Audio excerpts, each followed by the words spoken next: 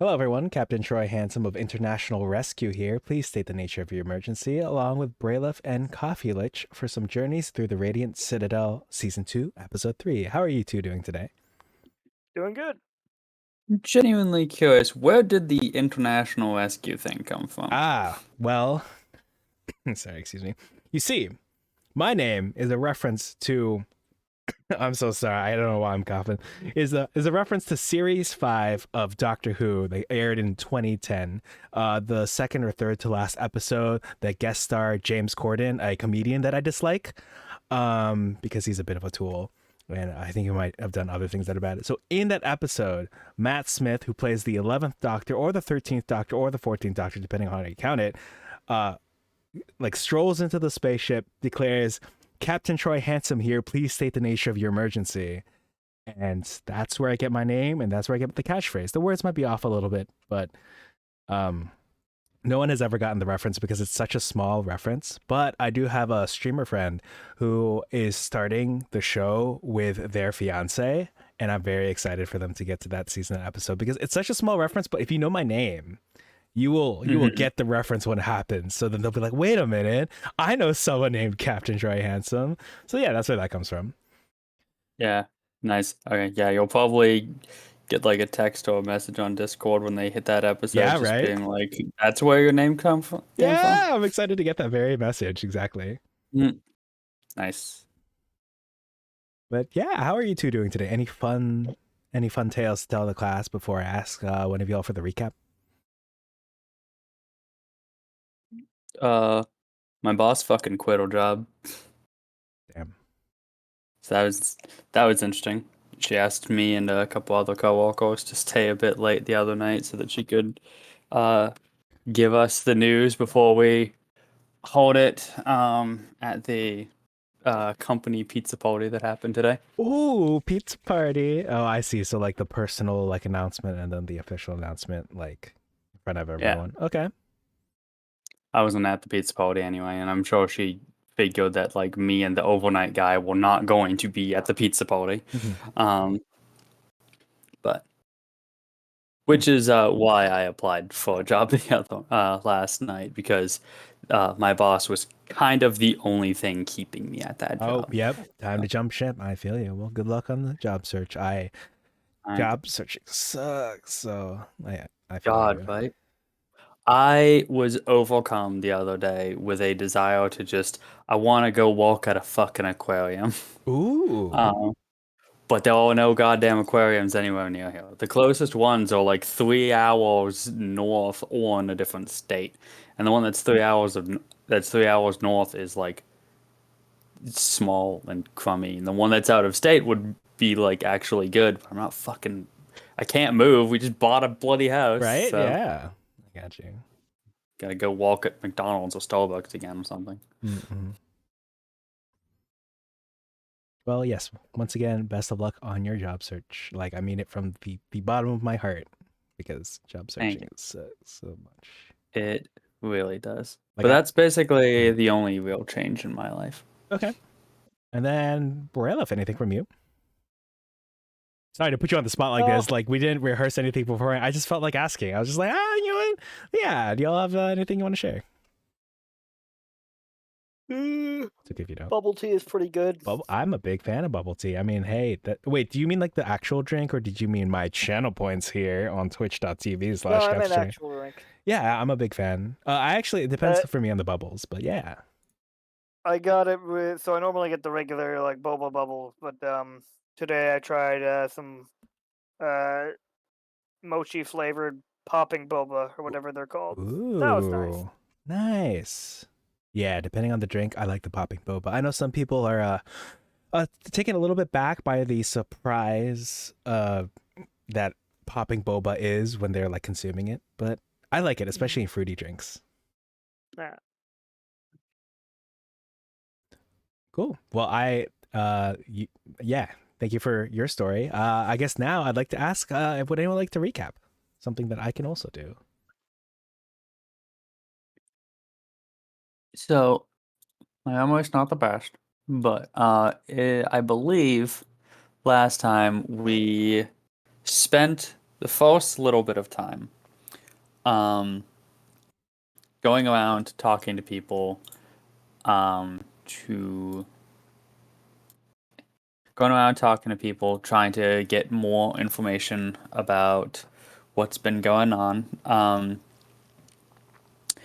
And the only two real pieces of info that we got were, let's see. We went to talk to two nobles who were bemoaning their lives as nobles with all the difficulties and pains of like your lower back carrying around all of your vast stacks of wealth. We heard from them that they specifically remembered seeing a woman and then like waking up and then like coming to with a bunch of injuries. So they survived being attacked basically in the fog, but they don't remember what actually happened. They just remember seeing a woman and then being injured, so they reasonably concluded that they were attacked and miraculously survived. So that was the first piece of info we got. Then we went to go talk to some other like noble dude in his house, and we were told that he wasn't seeing people for reasons paranoid about what's going on in town, I think. And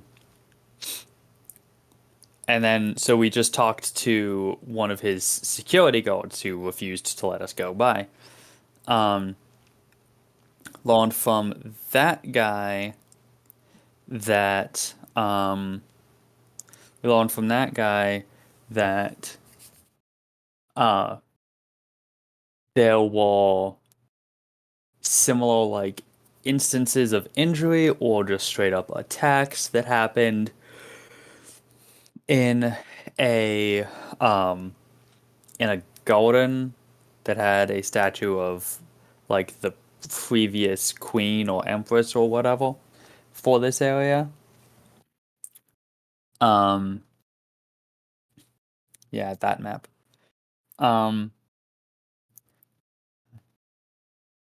And we learned that this queen pretty heavily inflated her list of achievements during her reign. Didn't get much more information about that. And then we also learned from the security guard that there had been some accidents and danger at a construction site in the Tiger district. So we went there to figure stuff out, and we found two young wizards from the Wizard's Tower fighting two like undead owl bears, and we helped them secure one of them in a state of unlife to be studied later. And then we went on to the construction site where we got permission to look around to see what might be going on, to see if there were people that are injured. And I believe we left off when it seemed like there was some danger going on here, or possibly like a fight about to happen. All right, thank you for the recap. Yep, this is exactly where we left off. The fog was starting to creep in a little bit. And it's at this point, as the fog is creeping in ever closer, do either of you have anything you'd like to say or do before I have step 2 happen of my 10-step plan? I believe last time I tried to make a perception check to see into the fog and failed. Oh, yes, let's see. Looks like you got a 5. That isn't the best, I see. Okay.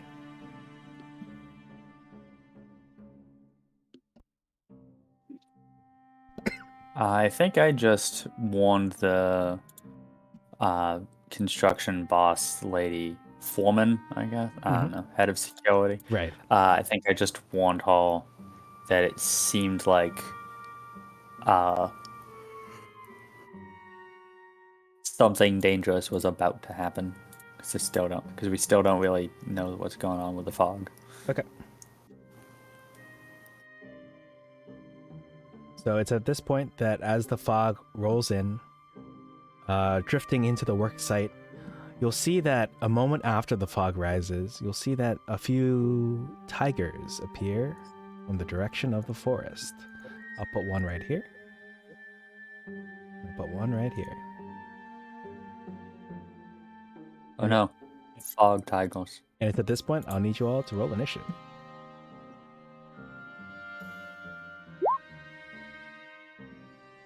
Yay, +0 to initiative. Likewise.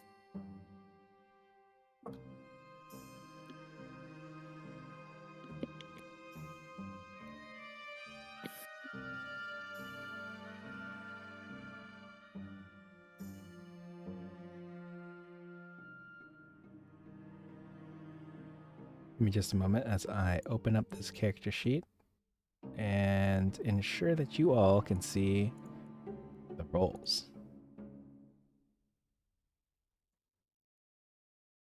Initiative there.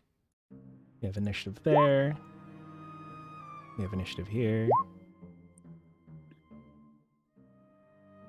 I'm gonna go ahead and pull up. Where is my music? Right here.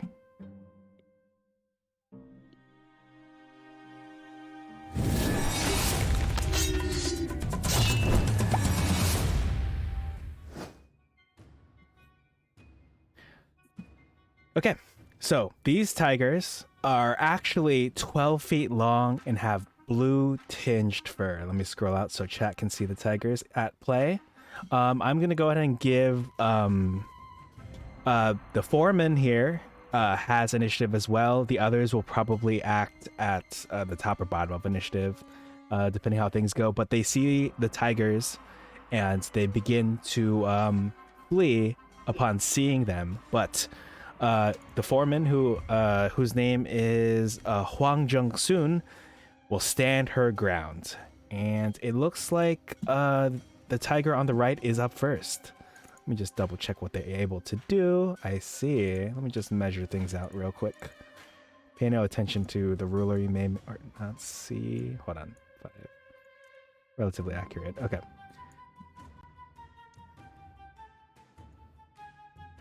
The tiger is going to take a sprint action and go 5, 10, 15, 20. Sorry, the dash action. 25, 30, 35, 40. I apologize. It's not going to take the dash action. It's going to actually eye you all warily, specifically you three, the 2 player characters, and Huang Jung-soon. I'll go ahead and put our classic indicator on it to show that it is taking the dodge action. I'm going to pass it over to Grandma under Braille's control, and I'm also going to welcome in Jesta. Feel free to enjoy the lurk, as hopefully these 2 don't die to these tigers. It'll be fine. They'll be fine. Take it away, Grandma.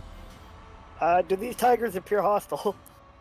Oh, let me double check. Yeah, it literally says these hostile tigers are 12 feet long and have blue tinged fur, according to the book that I have here, totally legitimately, that I've totally purchased with my own money. Yes. Sweet. I don't know, that seems a bit leading, kind of suspicious. I'm going to charge at this tiger. But he's so cute. Hit it. Look at him. Well. Look at the. He looked so cute. All right, let me just make sure the 18 hits. The 18 does hit. All right, that's damage I will be applying. Oh, I'm sorry. Can you roll that again because he was taking the dodge action? Yeah. So remember what I said about that being damage I was applying? I take that back. I'm sorry. 10 is too low. What else would you like to do? Gotcha. It basically was warily watching you. It was able to predict. It's been playing a lot of Dark Souls, so it already like knew your combat pattern somehow and dodged successfully. I can't believe the tigers have been playing Dark Souls. Well, since he's dodging, I'm not gonna waste any finishing moves on him. So you know what? I'll use my one use of Hex to hex him for later. All right. What stat would you like to hex on him? Strength. Strength. All right. As you have hex strength, I will go ahead and put the appropriate indicator on him. And you know what? Now that you mention it, for my second attack, I'm actually just gonna try and shove him prone. All right. Does he have to make a contested athletics or acrobatics, or is it? Correct. Okay. All right. It will make a contested athletics. With disadvantage because Hex. Oh, right. You chose strength. Well, it would have failed either way. So I will go ahead and knock this tiger prone. All right. And you know what? Wait, did I use Action Surge in the last fight? I did not. So I'm going to Action Surge. I'm going to try and grapple him. All right. So you're going to try to grapple this. And of course, that's fine, right? Because there's only one size above you. So you're able to successfully grapple it as long as it. Correct. Okay. And assuming he's not immune to, actually, I guess restrained and grappled probably aren't the same thing. But holy heck. whatever. I'm not even going to roll because of. Hold on. Chat, look at this. Look at this in the top right corner you can see on the stream. Like 32. I don't see any numbers on. I'm like looking at this tiger stat block right now. I don't see any numbers. Not even its highest skill. The highest skill roll it could roll is a 26, and that is definitely not for this grapple unless it's trying to escape undetected. So yeah, wow. All right. And I will go ahead and put yet another icon on this person. I don't remember the last time we had so many icons on a person. And now that he's on the ground and grappled, I will now use my second attack from this Action Surge to try and hit him again. This time it'll be a straight roll because he's Cancels prone out. and dodging. And dodging, yes, he's dodging while And 11, actively so grapple with you on the ground. Yeah, that is unfortunate. Oh, also, No, for the record, just in case anyone wanted to get spells off, the area is... Oh, sorry, it's only for perception checks. The area is lightly obscured for the purposes of perception checks, just for future reference. Good to know. that'll be the end of my turn. Okay, and before you take it over to Annabelle, I will say, I feel like there's some joke to be made about the fact that you have him grappled and prone, and what else is it? Well, it's like something, but I'm gonna pass on making a joke, and Annabelle, you're up. It feels like it's set up for an L plus ratio plus grapple plus prone. Oh, that's Sort of joke. way better than what I was thinking. Nice. All right, let me zoom out so we can see you coming. All right. Well, got a little bit of a flow chart that I can kind of go through for melee attacks for situations like this, but ultimately in this case it's just going to be best to go the standard route. So I'm going to go 5, 10, 15, 20, 25, 30, 35. Can't flank, but the thing's prone, so I should have advantage anyway, I believe. It is also taking the dodge action, so it will cancel out. Okay. Fair enough. Okay, well, Yeah, I mean, dodging while prone and grappled and hexed. Interesting. That's fine. Let me just quickly read up on this one thing, because I could have sworn that I was missing something in my class features list, and ultimately I was. I just completely forgot to add one thing in last time when I made this character. So give me one moment. Yeah. I'm just imagining this tiger's like a boss in like an MMO. Like it has like 6 to 8 visible debuffs on it that are important to be applied. Otherwise, you have no chance. Exactly. Yep. Well, this tiger's got the best buff of all, and that's friendship, as its other tiger friend is up there eyeing you all deliciously. Does it want to eat you? Does it want to kill you? Does it want to do both? Does it want to befriend you? I feel like eating us does kind of necessitate killing us at some point in that interaction. Yes. Even if it is at the end. I don't think you can get away from the killing if you are doing the eating. Someone's into it, like, well, you know. We all know, and I'm pretty sure death is still implied in a lot of war anyway.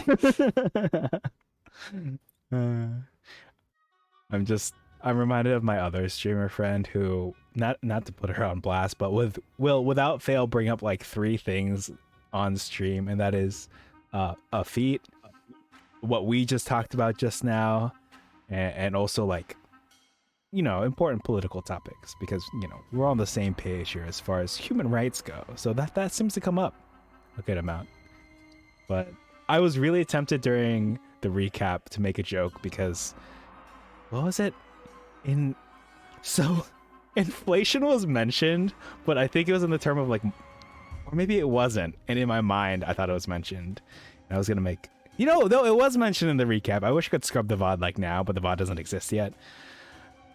So I was tempted to make that joke. It's like, oh yeah, kids, the price of Sonic games has gone up. Like, be sure to look up blah blah blah on Google. Don't do that. Don't do that. No.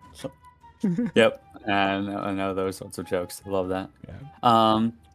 Yeah. So the feature that I was missing is Hexblade's Curse, which is a class feature that is effectively the Hex spell. I was just about to say, but it stacks, I'm assuming, because it's not technically Hex. It does stack, I believe. Nice. But the thing about Hexblade's Curse is that it does not include the disadvantage on a stats checks and saves.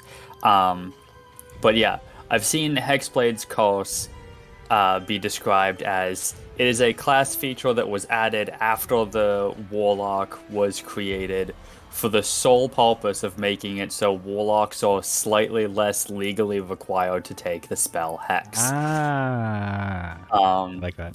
But yeah, it's effectively just once per short or long rest, you can curse a target, and you deal bonus damage to that target equal to your proficiency bonus. You crit them on 19 or 20, so you have a 10% chance to crit rather than a 5%. And then if the curse target dies, you regain hit points equal to your Warlock level, plus your charisma modifier. And it is straight up regain hit points, not you gain temporary hit points. Oh, that's sick. Oh, that's going to be some great sustain for you all now. Possibly, anyway. I would need to, have good reason to use that. But yeah, it is, there's no concentration associated with this. It's just, as a bonus action, curse this one guy, and he's cursed until 10 rounds go by, or he dies. The curse ends only if the target dies, you die, or you are incapacitated. I do not have the option to move it to someone else later on, though. I think that's just okay. So like Hexlight, I gotcha. Yeah, because it's not a spell; it's a class feature, and you do get it back on a short rest, which is good. Nice. Yeah, don't you both get a lot of stuff back on a short rest? Well, as a warlock, I get basically everything back on a short rest. Right. And the only thing fighters don't get back is Indomitable. Sorry to interrupt. Oh, good. Yeah. So, but basically, I'm not sure that I want to use that right now, if only because of the fact that this guy's probably not going to last a terrible amount longer, and I'm not exactly holding on health. So for the moment, I'm just going to do a standard melee attack. It's just going to be a straight roll. So 25. 25 will hit. Yes, congratulations. That is 14 slashing damage of magical property. Sure. If that's important. I will apply the first bit of damage to this tiger. Woohoo! Oh my! Oh yeah, this is the false attack. Okay, false attack that actually damaged it. Fair enough. Well, thanks to Thrusting Blade, I do have extra attack, so I'm going to make a second attack. Does a 17 hit? 17 does hit. I'm so bummed about this guy dodging right now. Come on! Even if this was a crit, it'd be less than that. That's so disappointing. Okay, well that is the minimum 6 damage. Yay. That is going to be the end of my turn. All right. So next up, unfortunately, is going to be the tiger to the top left. But at least fortunately for Huang Jung-soon, it is going to go for Annabelle first. So let me just do some math here real quick.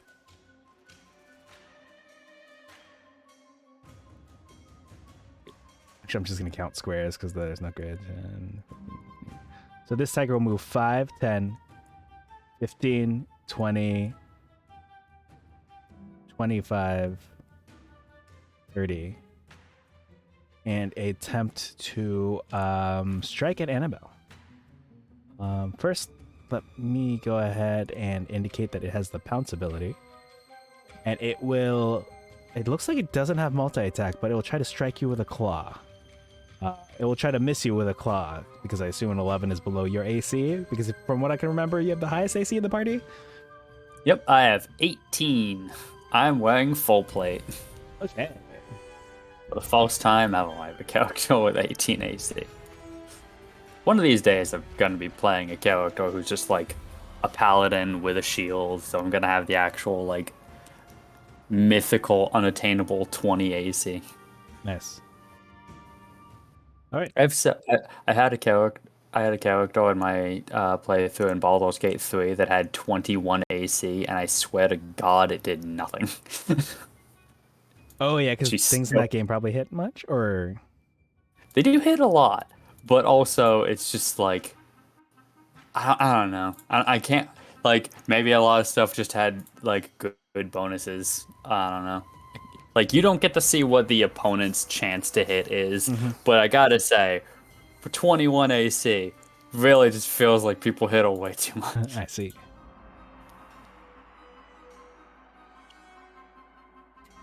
All right, next up we have Huang Jung-soon, who will move 5, 10, 15, 20, 25, and will get into flanking position with Annabelle. Just open the character sheet and make sure... Let me toggle advantage, actually. Okay. It will... Jung-soon will grip her spear tightly and attempt to strike. She will fail to strike.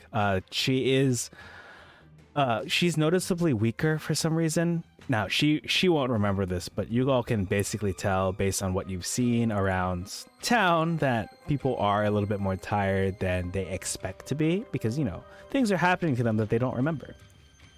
So that will be it for her turn because I believe she doesn't have multi-attack. She does not. At the top of initiative, as we are now in round 2, the other workers here will turn and flee. So I'll have them like flee in random directions. Like that guy will go this way, this way. They're kind of scattering to the winds. It's at this point that the tiger that is on the ground is up. I'm going to go ahead and remove the dodge icon. But it is still prone and grappled. Can it get up, or because it doesn't have movement from the grapple, it can't spend half its It would have to fight the grapple first in order to stand up. Okay. Does it have disadvantage attacking you? It does. Because it's grappled. Because it's prone. Right, and it can't get up. Oh, I thought prone people... I thought prone people didn't have... I might think of spells. Do you have... Wait, do you have disadvantage when you're prone? On attack rolls, yeah. Oh, okay. And attacks within 5 feet have advantage on you. Yep. Okay. And attacks from outside of 5 feet have disadvantage. Okay, in that case, it will, let's see, it is still above half health, so I will have it. Let's see, try to claw at you. Disadvantage. Which would have missed either way. So Grandma is up, followed by Annabelle. Now this guy is no longer dodging. I'm going to beat the shit out of him. Actually, that should have advantage. So is it 27 hit? 27 will hit. 15 bludgeoning damage, max damage. So with that damage, I'll go ahead and put this indicator on it to indicate that it's below half health. I'll use one more. 24 will hit. 9 bludgeoning damage. Okay, I will put the next indicator on it to indicate that it is below quarter health. And I want to use a finishing move on it. I think I do.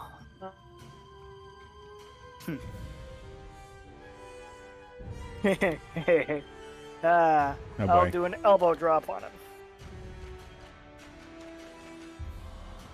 21 hits. 7 bludgeoning damage. I see. Damn. That's very unfortunate. Oh, wait, hold on. Yeah, what's up? The attack deals an extra 1d8 damage. Oh, right, because of your oh my gosh. Wait, didn't you have this hexed too? Oh, yeah. Yeah, all the hexes should have been dealing more damage.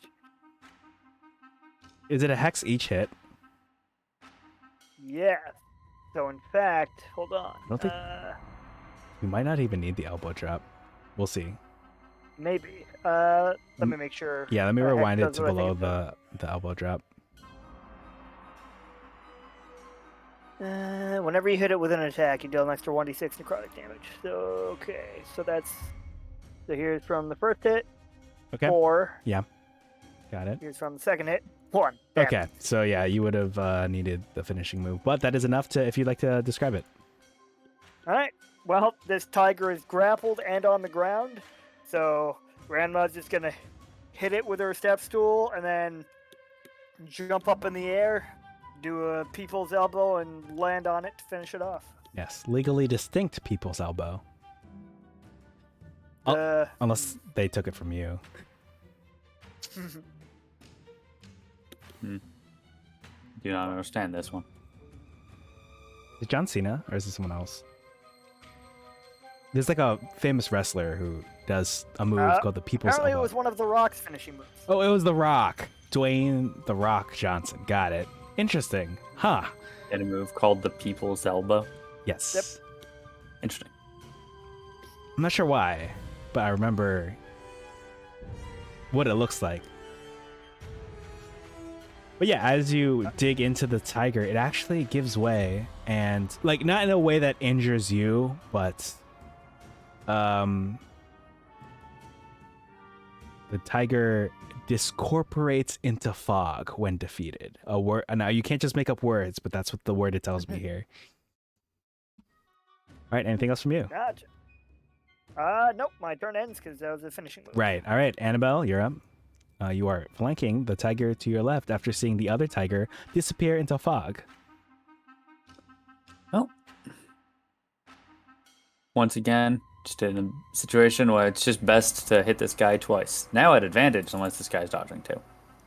He is not. He tried unsuccessfully to charge at you.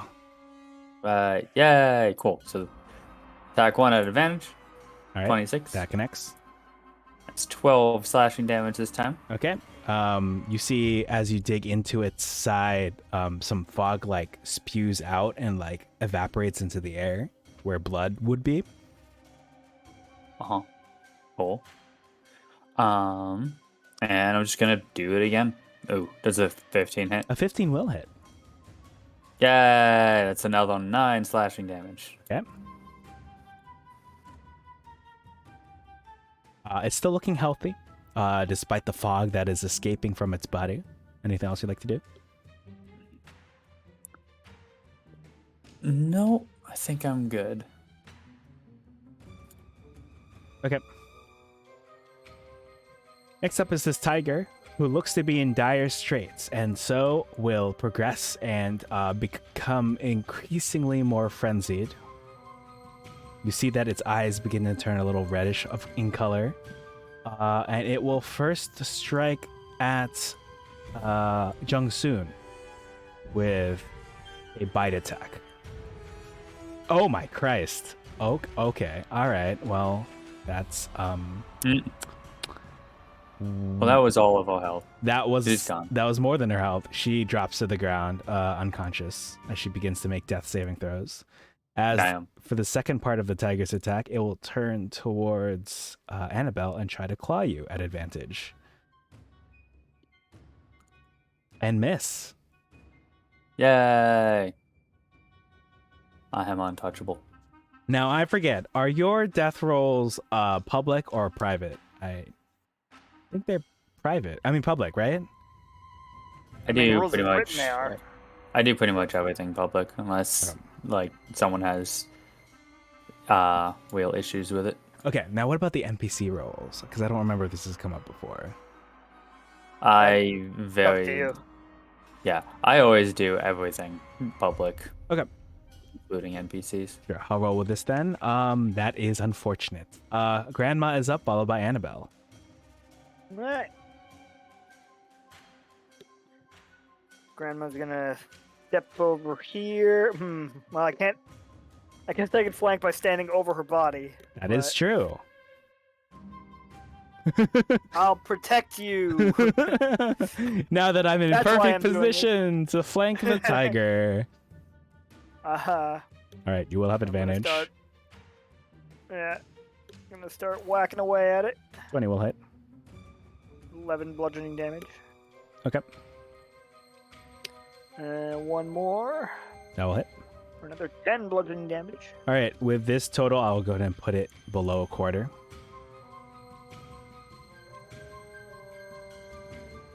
And let's see. Do I want to do a finishing move? I think I do.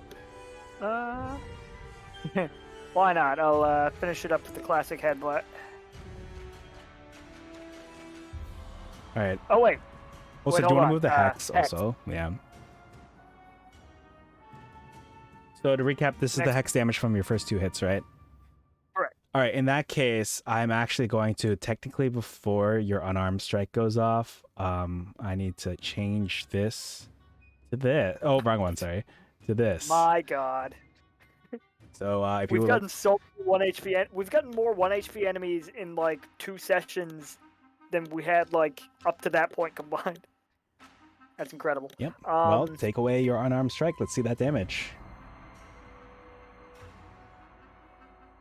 10 plus 8 Plus hex. Holy plus shit. max damage. Okay, so with negative One- 23 one off health, for max damage. can you describe how you're finishing off the final visible tiger in this encounter?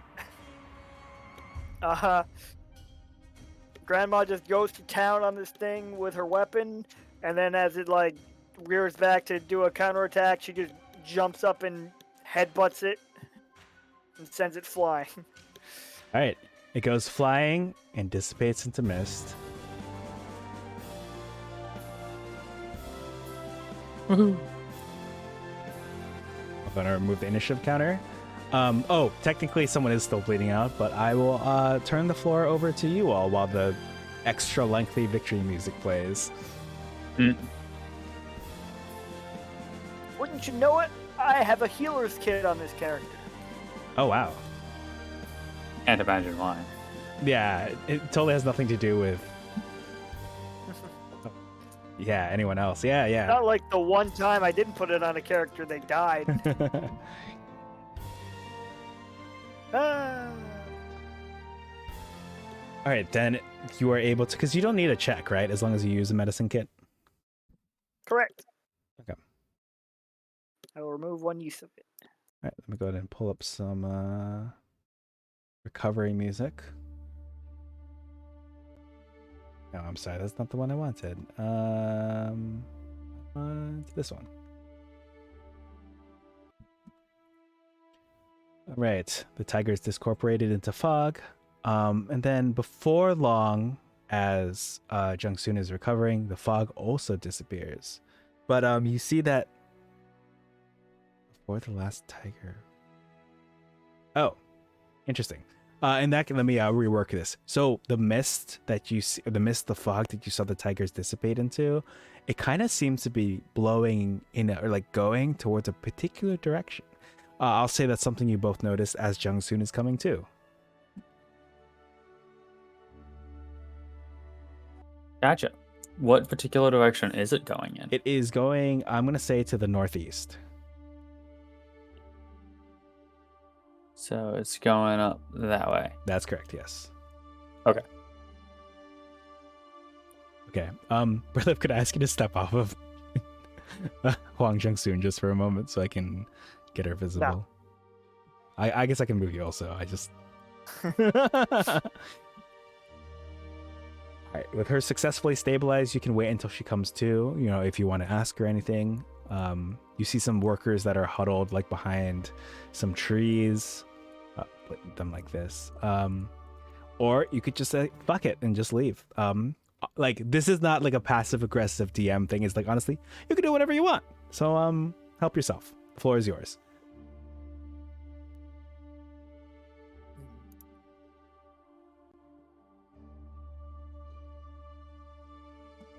So she's unconscious but stable. Yes, unconscious, stable, able to be woken up for convenience purposes.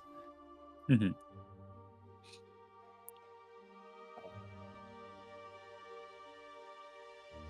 Grandma, did you see that the fog seems to be heading northeast? Should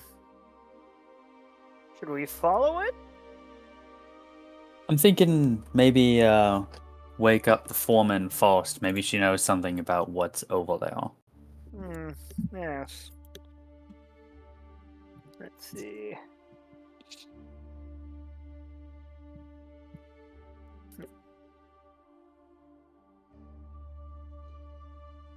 Looking through my inventory, I don't think I have any potions. Not that it's probably necessary to use them on her.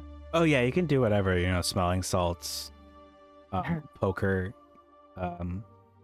steal her hat. Classic grandma smelling salts. Oh boy. Actually, I kind of want to take that back.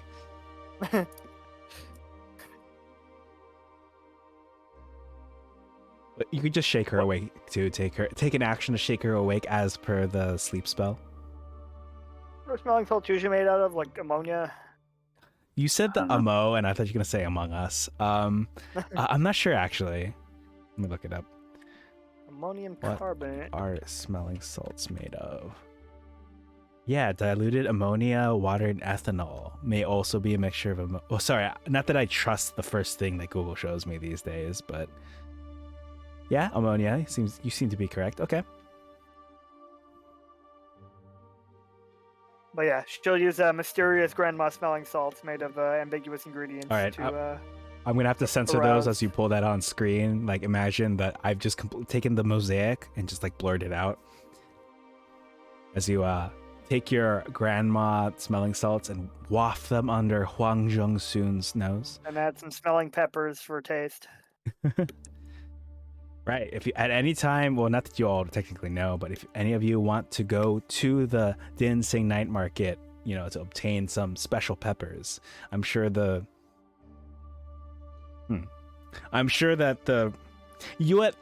maybe the Spicy Pepper Brothers went out of business. What with one guy being excommunicated from the market, and then the other guy was gonna move in with his fiance eventually. Maybe they're gone forever. So I take that back. I was gonna say you can get some smelling peppers from the Din Sing Night Market, but never mind.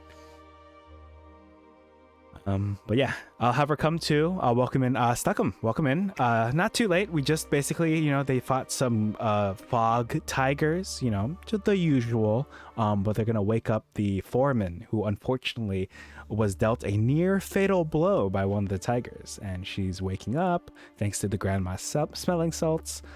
And she'll say, oh, what happened? You got hit pretty good by one of those tigers. By one of the what? She looks around. What? Oh, you can't remember because of the fog, right? Because of the what?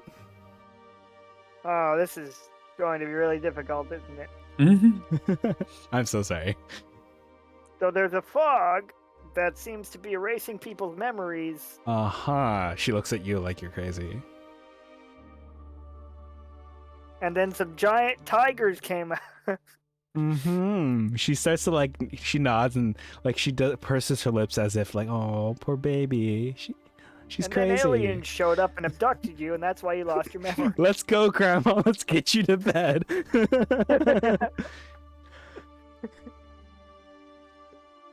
And incredible.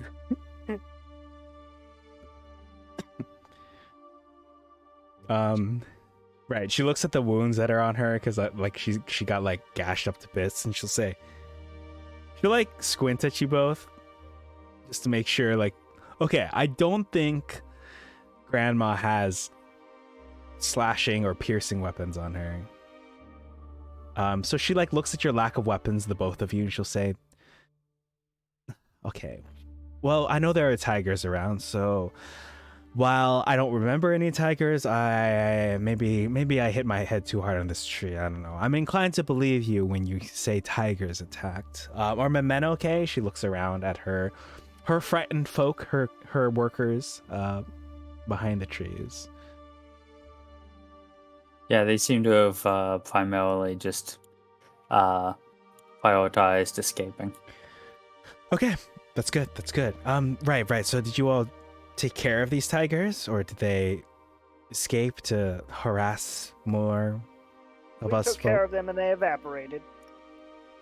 Oh, okay. Well, right. Thank you for taking care of them. She has like a puzzled look on her face as if to say, right, I believe you took care of them. As for the evaporation, sure. And now the fog is moving to the north. Is there anything to the northeast of here? Like anything notable or specific?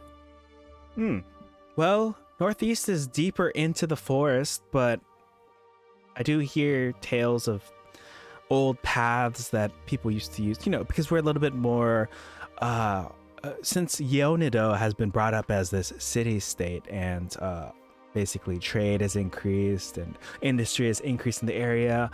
Travel does go through the forest less often than it used to before. Now it goes by the paths that have been cleared, so there might be some long forgotten paths in there. That's all I can think of right now. Mm-hmm.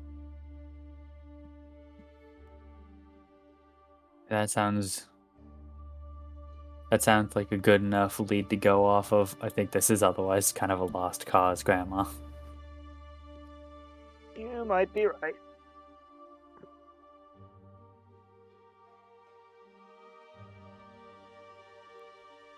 So, did you want to perhaps pursue that avenue, or did you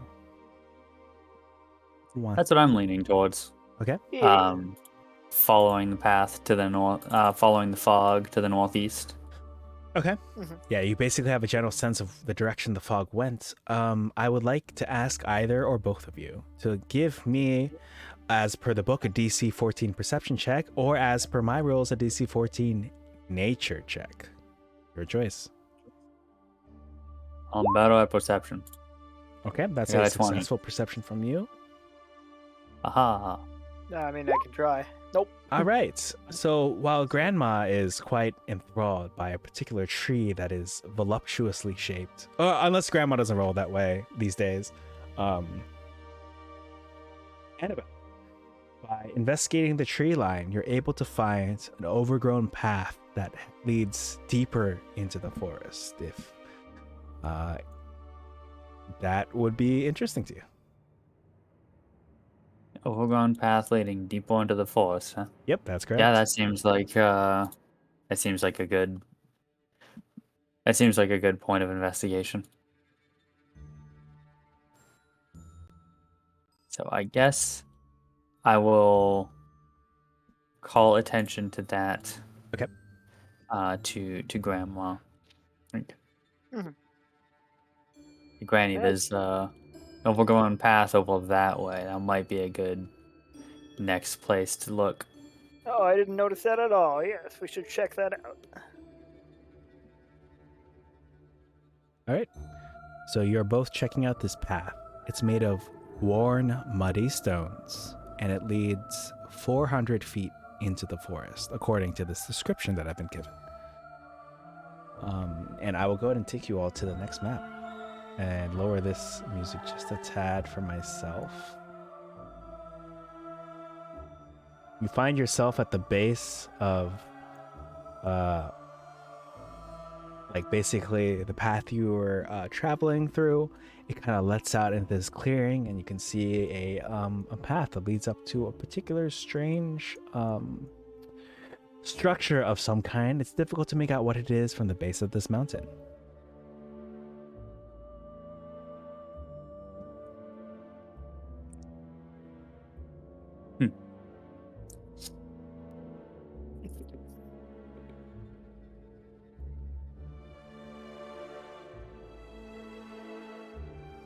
Oh, sorry. If you weren't unable to move the other ones, let me see. I was able to move it. It just had outdated health, is all. Okay,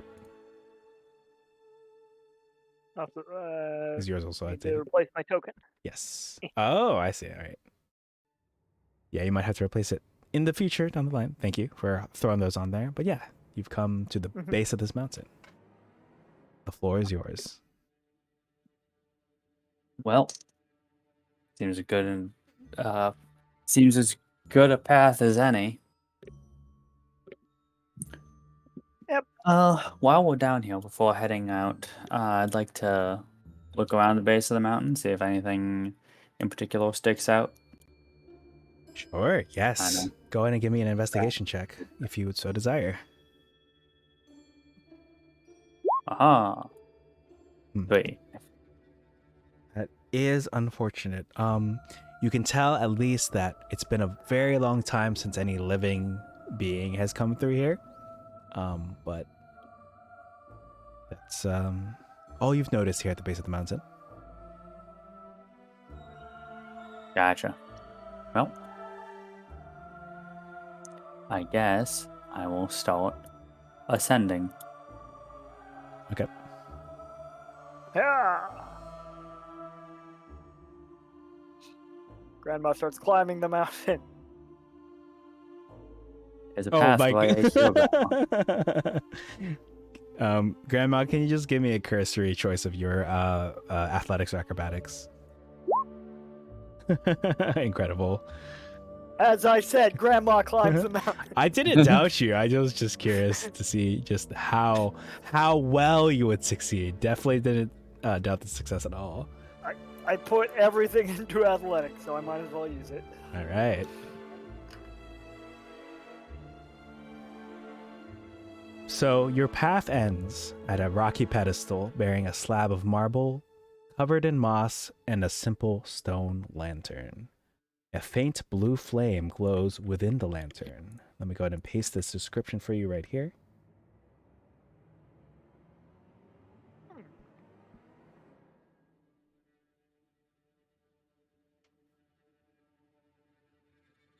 Either someone's been here recently, or this is some kind of magic lantern.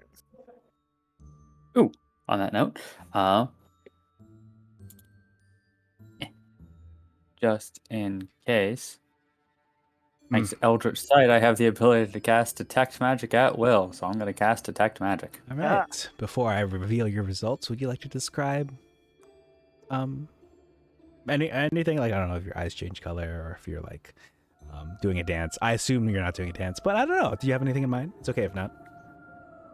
I will not do a dance. I will, so she just kind of, Annabelle closes her eyes to try to concentrate on the spell, and when she opens them, there is a noticeable like yellow sheen to them. So they're still the same. Her eyes are still green as they were before, but when you look at her from certain angles, it's almost like iridescent. You can see yellow at certain angles as well. Heck yeah. That reminds me, have you two seen Nimona on Netflix? I have, yeah. Okay. It just reminds me of how sometimes some of the light catches Nimona's eyes. Kind of reflects off the back, just like with cats and other such animals. It's so nice. Yeah. So for the duration, it is technically concentration. Okay. So for the duration, I sense the presence of magic within 30 feet of myself. If you sense magic in this way, you can use your action to see a faint aura around any visible creature or object in the area that bears magic, and you learn its school of magic, if any. The spell can penetrate most barriers, but is blocked by 1 foot of stone, 1 inch of common metal, or a thin sheet of lead, or 3 feet of wood or rock. All right. So here's what you're able to ascertain, Annabelle. The lantern bears a magical flame. You can sense that it's emitting dim light for 10 feet, but no heat. Your eyes also reveal that the candle has an aura of evocation magic.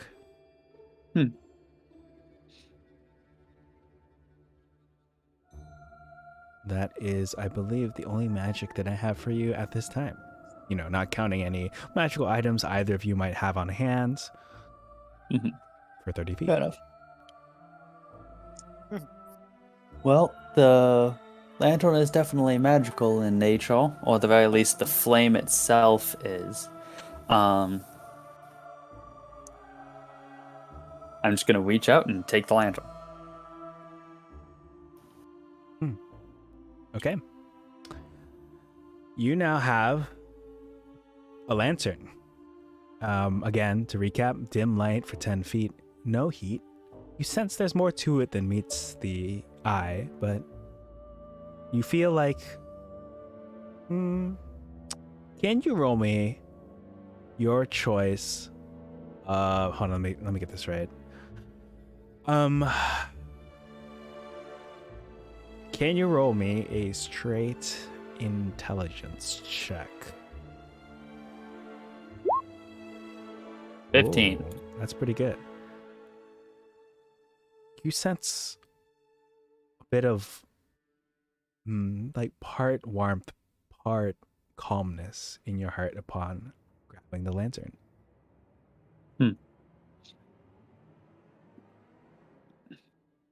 Interesting.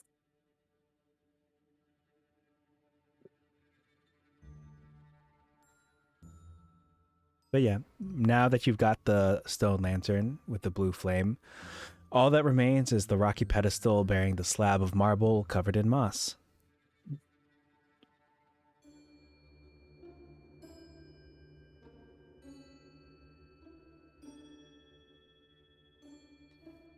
Gotcha.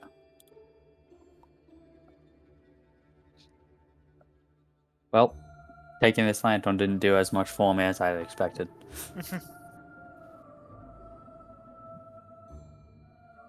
Well, maybe it'll come in handy later. Maybe.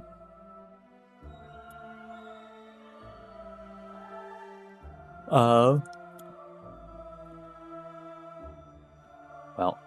now that we've got it, it doesn't seem to necessarily do anything. Where should we go now? Hmm.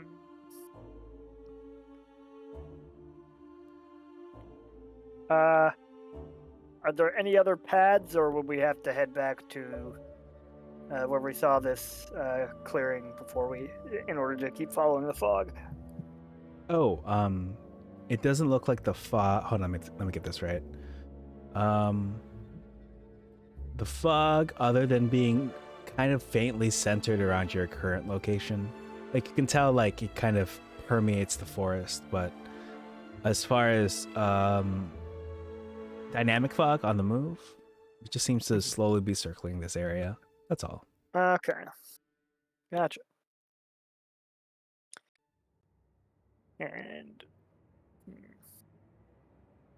And what was to the northeast in this direction? What was the info we got? Just like paths through the forest that used to be Right, used okay. before the city-state of Yonido got, up to par, got big and righteous and stuff. Okay. I guess we could just keep exploring the area to see if we find any specific reason for the fog being here. Yeah.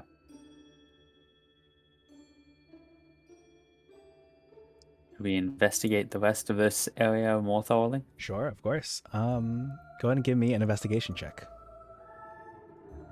21. Oh, 21 is good. All right, let me see if Grandma does anything in that regard before I reveal some information for you.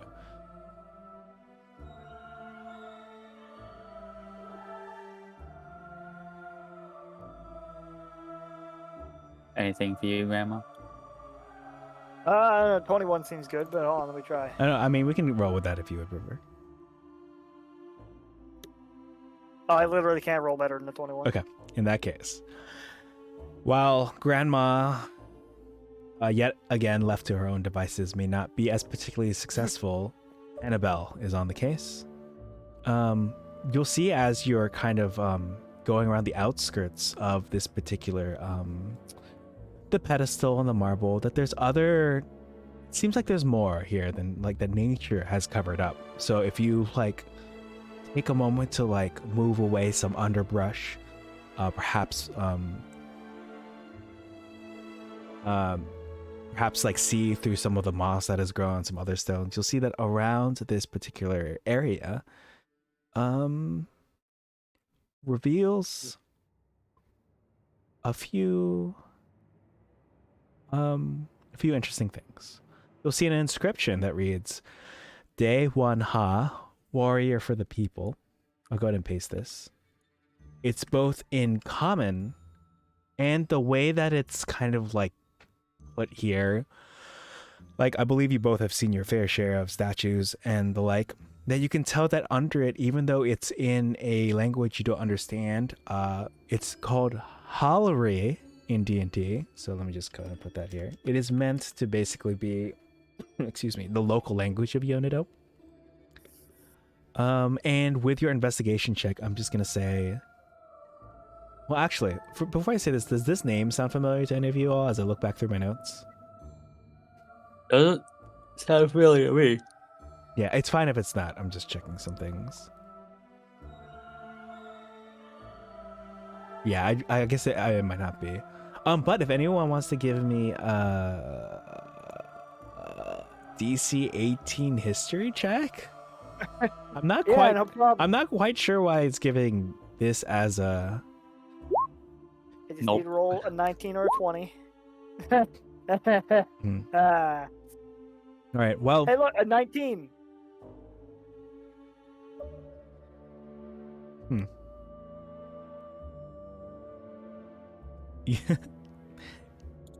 sorry, it took me a moment to understand that it is a 19. Okay.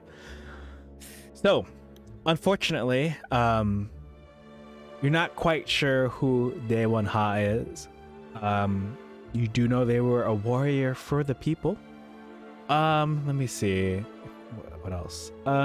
Perhaps Annabelle, also year 21. You see a few achievements that this Daewon Ha person had accomplished in their lifetime. Perhaps there's like one on the northeast side, there's one on the northwest, there's one on the southwest, and there's one on the southeast. Mm-hmm. But yeah, to recap, you see a name, you see a title, and you see a few achievements. Out of curiosity, do the achievements themselves seem familiar? Yes, at least one sounds like one of the achievements you saw on the other statue. Gotcha.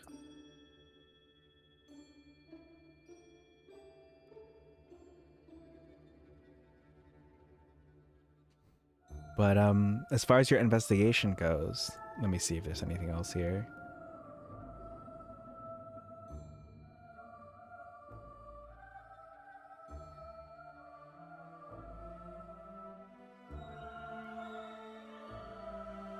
You see a few other names mentioned here, actually. You see Youngi mentioned, which I believe was provided to you. Let me scroll up. Isn't that the name of the noble who's refusing to see anyone right now? That's correct. And the other name you see is, let me see if I can pull this up also. Give me just a moment. Is Bi Chin Hei. I mean, so I'm not going to make you all do like research, but this name, I believe, is familiar to you all because it's the proprietor of the tea shop.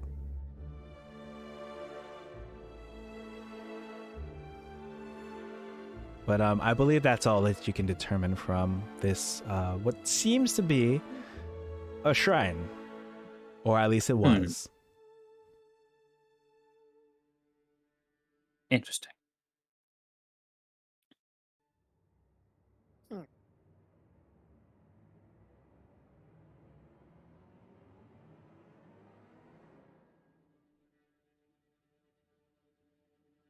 Well,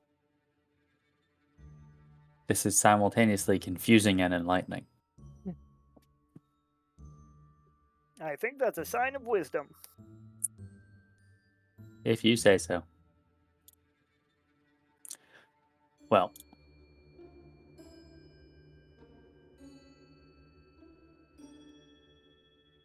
regardless of anything, it is interesting that this inscription here would imply that these are possibly people from the past, especially this Daewon Ha, warrior of the people, considering the fact that some of the achievements of his that are listed are also the achievements of the last queen, whose name I forget. Yeah, whatever her name was. I literally have forgotten to. Let me scroll. It's not important. It's not actually not that important. Unless it's sorry, I shouldn't be putting ideas in.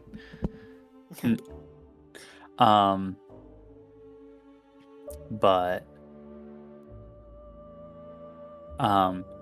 which would lead to a pretty easy conclusion that the last queen simply just took credit for some of this Daewon Ha's achievements.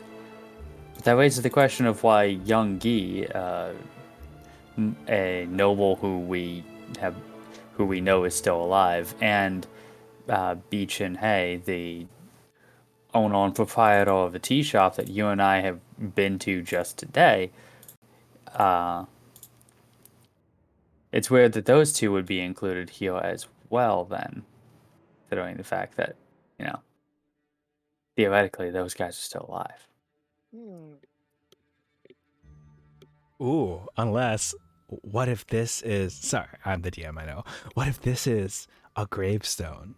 Not only is Daewon Ha buried here, but Young Gi and Bi Chin Hei are actually buried here, and the other two are just imposters. Okay, I'm sorry. I'm stopped. Thank you for humoring me. Or maybe all of them are still alive. Possibly. So we have to track down Daewon Ha. Yeah, so. All right, now that you finish your investigation here atop the mountain at the end of the path, I'm not going to make you trek all the way back. You are technically, as you've cleared all the enemies that haven't respawned yet on the way back to the city-state of Yonedo, you are able to head back pretty unbothered. If there's a particular district in Yonedo that you'd like to go to. Just to recap, you're in the Tiger District right now, despite it being outside the city walls. There is the Heitai District, where the Park of the Elders is. And then there's also the Phoenix District, which is where all the rich people are, whose backs hurt from all that money that they're carrying, including the tea shop and the Baduk Hall. There's also your good friend, Magistrate Kunanjun, available at the front of town.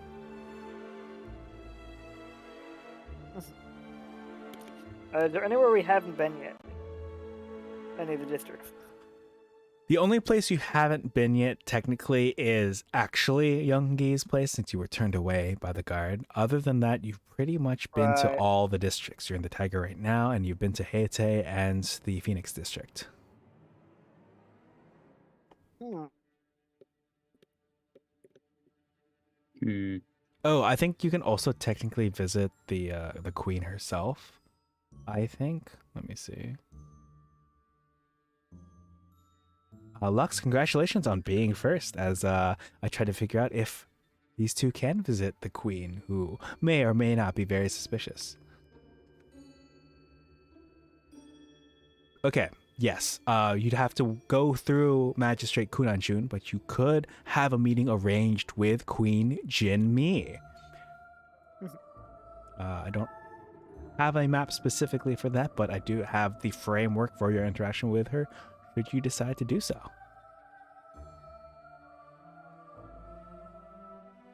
To recap, the party has just found a mysterious stone lantern with a blue flame glowing inside at this shrine deep in the Forgotten Woods.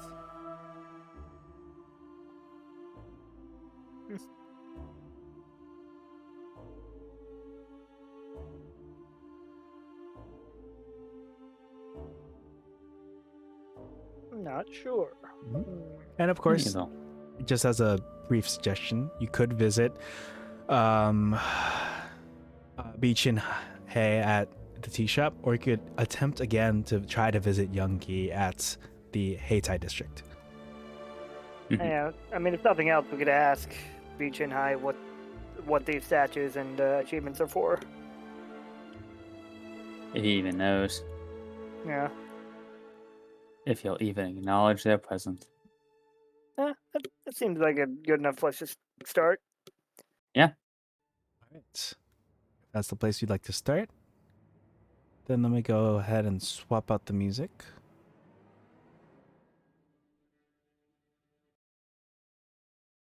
And as that boots up, I'll go ahead and take you all over from the Tiger District to the Phoenix District.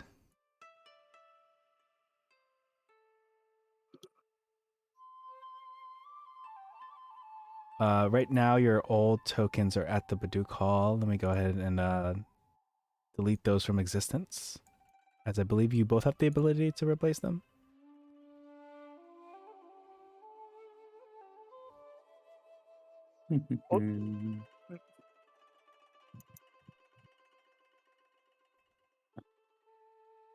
Feel free to throw your tokens down next to the tea shop on the bottom right. Okay. Yeah, I'm tiny.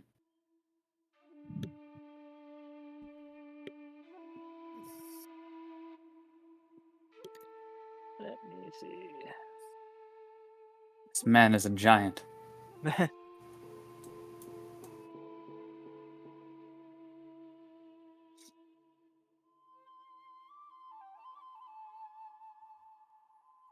Just a sec.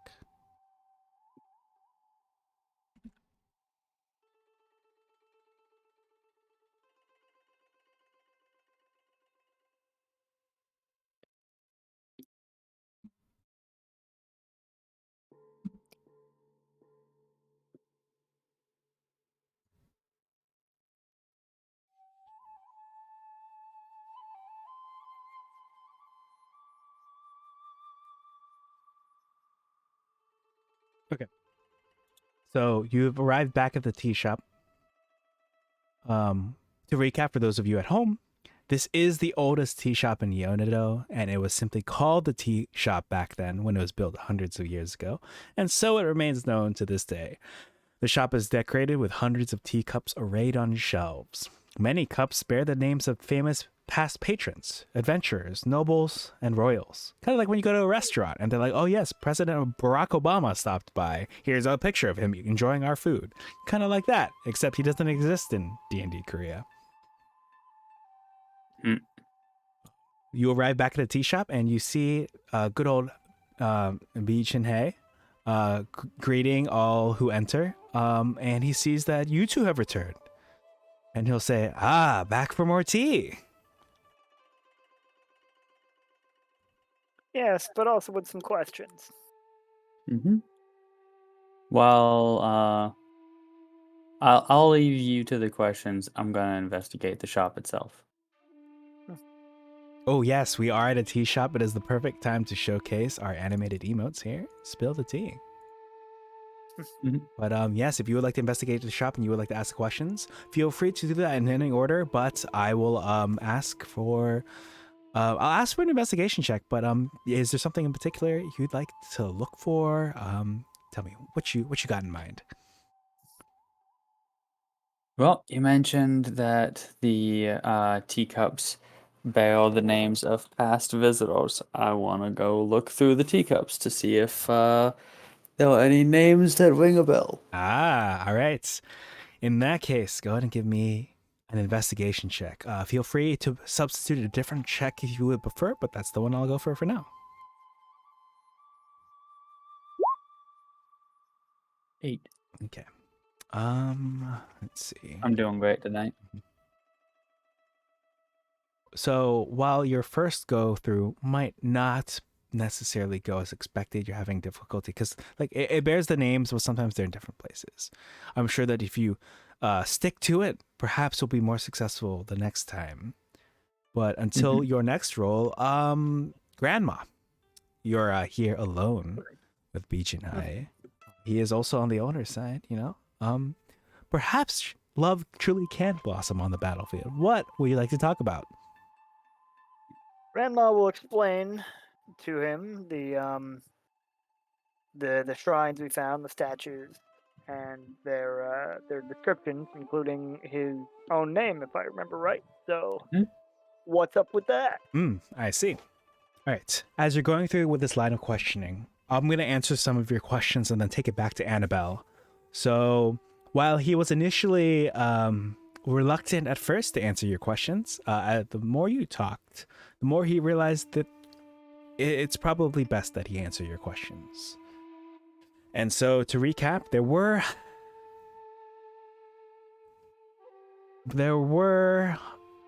because if you remember, the nobles at the Baduk Hall were attacked near his shop, and in case any of this information, let me see.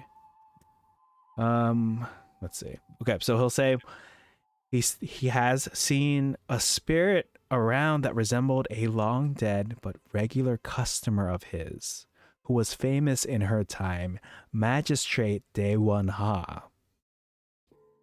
He infrequently glimpsed the spirit near her shop, but also did see her one time in a unique and different location, and that was at the Park of the Elders, with the statue of the Dragonborn, when he was walking home around midnight one time. He'll mention that Daewon Ha was an active magistrate, kind of like your good friend, Kunanjun, but also a hero of the people, responsible for many social works. She was ultimately overshadowed by the latest queen. Wait, hold on, let me get this right. Oh, sorry, the last queen, the previous queen, Young Su. Oh. But after that, Shinhai isn't quite sure what happened to her. Now, it's at this point I'm going to take it back to Annabelle to recap the late magistrate Daewon Ha, active magistrate, hero of the people, responsible for many social works. Annabelle, I'll give you another shot to look through the teacups, especially if you like to do anything different in particular. I'm partially inspired by in Call of Cthulhu, which I played for the first time last Thursday with Lux here as one of the fellow players of mine. We had the opportunity to double down. So my character in this dark cave couldn't see anything. She failed her, what was it, like the see more, glimpse more, whatever the perception skill is in that game, if you happen to remember. I know you mentioned. Yes, spot hidden. She rolled a spot hidden. He failed that roll. She pulled out a pair of glasses, put those on with the attempt to see better, whether there were sunglasses or eyeglasses, or as someone pointed out, one of those silly glasses with a fake nose and a fake mustache. It's up to anyone's imagination. She put those on, rolled even worse. So whatever was in that cave beforehand, we have absolutely no idea. Nice. Well, sure, might as well. Just in case, I'll use detect magic again. Oh, okay. Just in. Interesting. Okay. So actually, you sense like a faint blue, a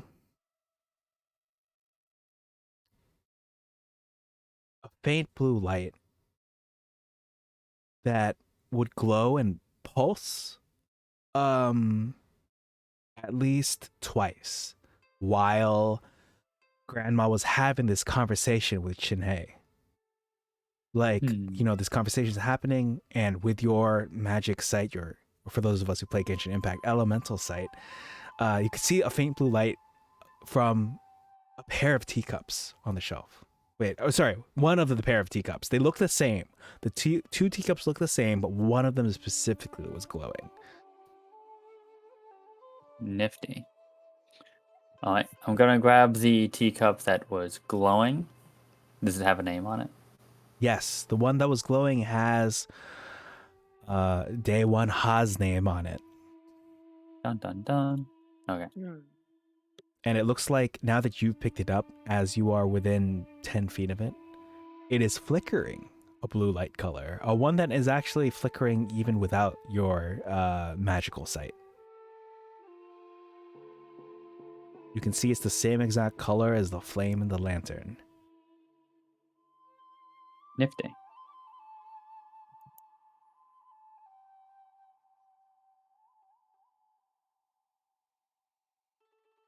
Um, I will hold the lantern up to it to see if anything changes. Okay. So you do hold the lantern up. I'm sorry to say that nothing changes too much. Again, it's just the cup is glowing with light. It's flickering as long as it's within 10 feet of the lantern, as far as you can tell. It's at this point that Shinhei was actually going to take Grandma over to that specific set of teacups, and he'll say, "Oh, you found it already? Yes. So these teacups right here," and he gestures towards the one that you have, and also the one that's on the shelf. So they're a set. This one has the name Wanha on it, and you see that it glows that light again, like a little bit stronger when he says that. Mhm. And then the one up here belongs to Young Gi, who is the uncle of the current queen and is the brother of Young Su and Wan Ha. So, as far as you can tell, Young Gi, not only is he the uncle of the current queen, but is the brother of the late Magistrate Day Wan Ha. Oh, and it looks like Young Su was the last queen. Interesting. I wonder why. I believe it sounds like they're sorry. I have to check to make sure that they're correct siblings, because you know how siblings work. Like sometimes they're like half siblings, sometimes they're not actually related. So yeah, he'll just mention that.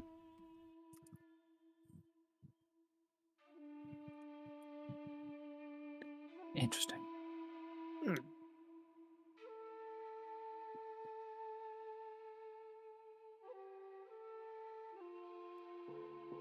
Um, Oh, sorry. It looks like basically, as far as you can tell, so Youngsu, the Queen Youngsu, the one, the statue that you see in that one park, mhm. is related to Youngi, but I believe Wanha's not related to any of them, as far as I can tell. She was just a magistrate. Gotcha. Mhm.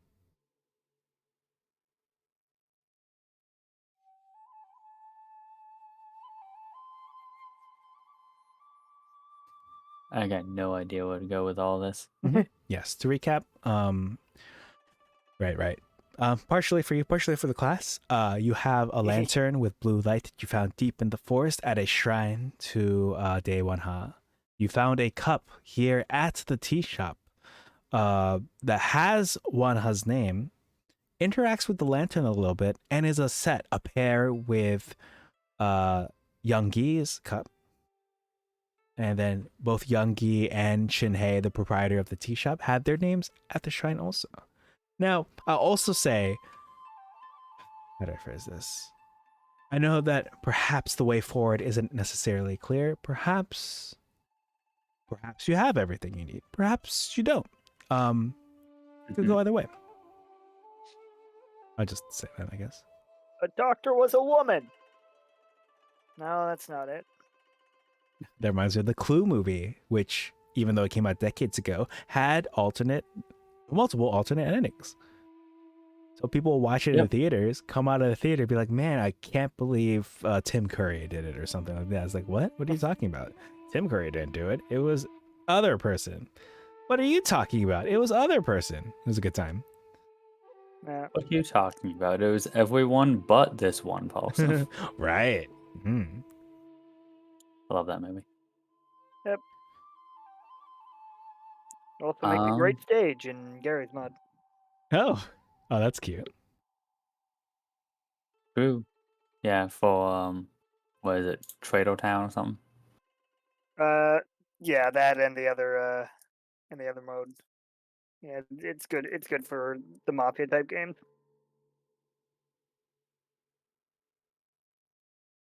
Well, the only easy and obvious thing that I can think of would be try to go find Young Yi and see what his shit's about. Yep. Yeah, that's the other person who we know is still alive. Yep. Well, would it be okay if we borrowed these 2 teacups? Shinhei is more than happy to oblige. He looks happy that you actually asked, as do I, because it has instructed me here Shinhei allows the characters to borrow the cup if they ask. So, he'll say, you know what, it's probably better in your hands than collecting dust here on the shelf. So, take it. Gotcha. Can I borrow the one for Youngie as well? You know what? Sure, take that too. While he still occasionally visits, he's retired and spends much of his time at home. Mm-hmm. That's what I'm counting on. All right, so with both teacups in tow, anything else you'd like, either of you would like to ask him or check out the tea shop before I assume I'm taking you back to the, what is this place called? The Heite District. I think we're good. Yeah, I don't have anything. All right, go ahead and swap out your music then.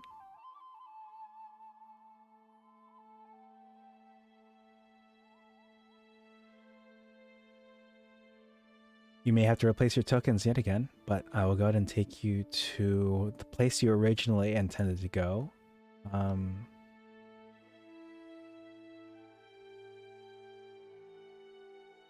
Nope, this one's good for me. Yes.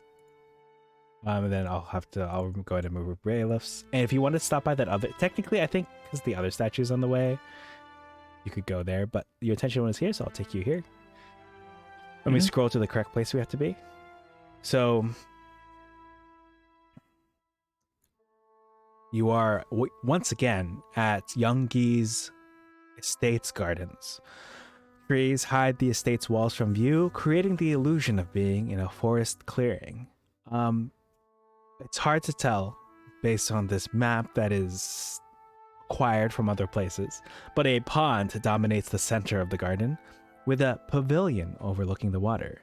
The place is a serene sanctuary, hidden from the clamor of the surrounding city. I know I said that to you all last time, but doesn't help to envision it yet again.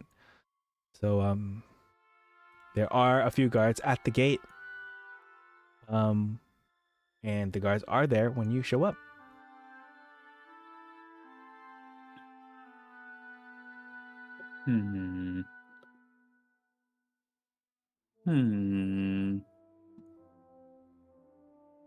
All right, so you distract them, and then I come from behind and kill them.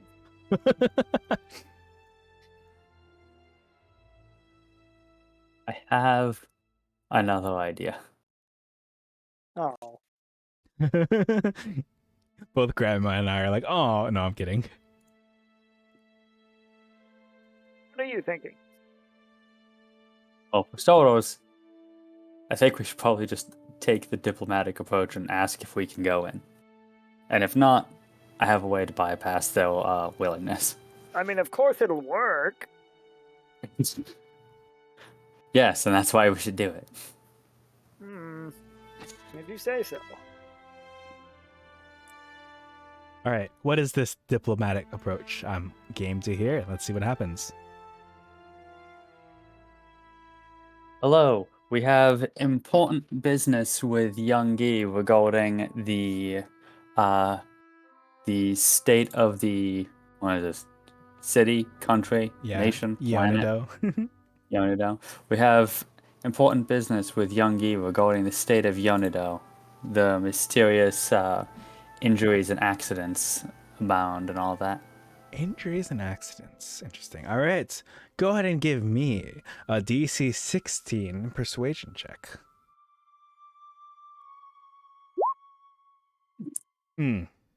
Hell yeah. So the guards kind of look perturbed when you mentioned, like, you know, you're talking crazy. You're talking about like attacks and mist, I believe. I forgot what the last part of your sentence was, or your explanation, but I mentioned no mists or attacks. I said injuries and accidents. there we go. Sorry, injuries and oh, okay. Actually, that doesn't make sense. All right. Well, they look incensed either way. So I'm gonna turn it to Grandma in case Grandma wants to do anything. Grandma will stand up straight and say, "We're going to deliver this important information." Okay. Could I ask you to roll me your choice of? It's given me two choices in general for you both, and it says DC 16 Charisma, Intimidation, or Persuasion. So just.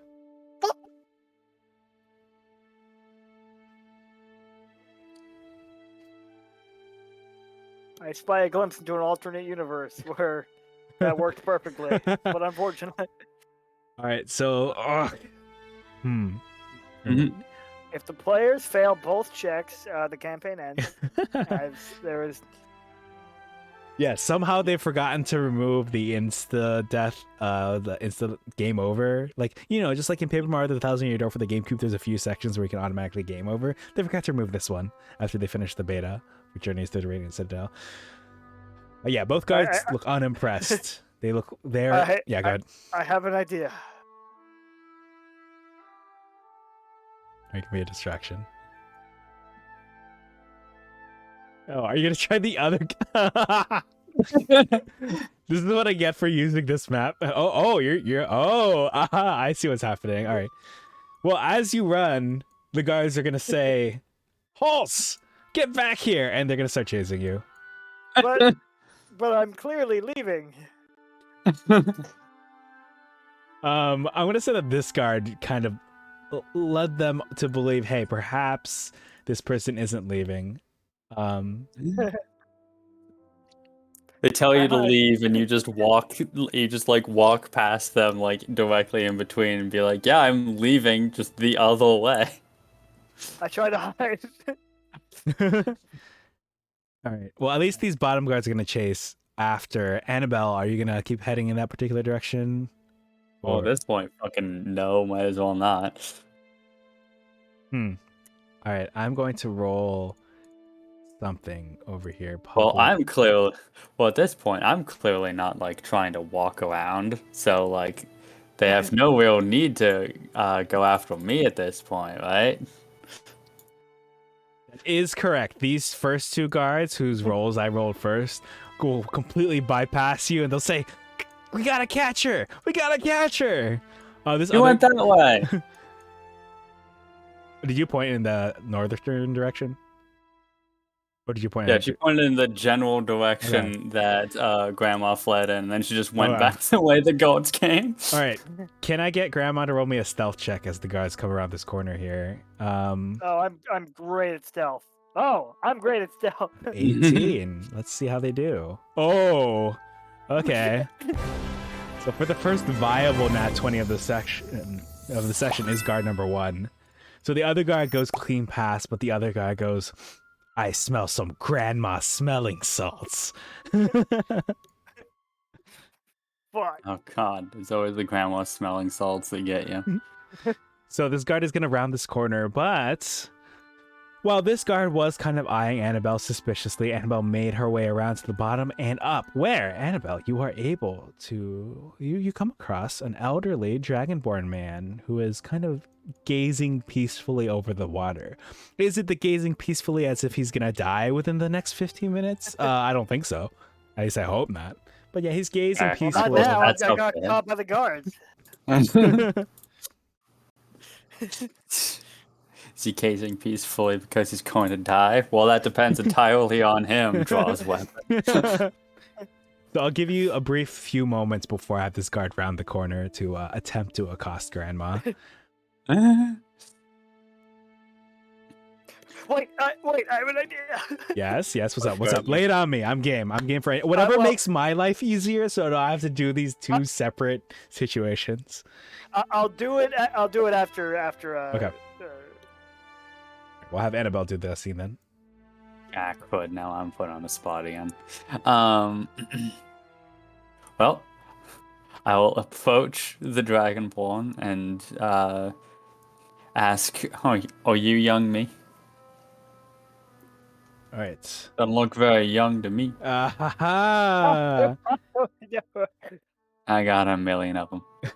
So, you do see an elderly dragonborn with red scales that aren't as lustrous as they once were, but you can tell based on his attire that he's wearing these fine silk robes to attempt to compensate for that lack of lustrousness. But he'll say, "Yes, I am young he, and who might you be?"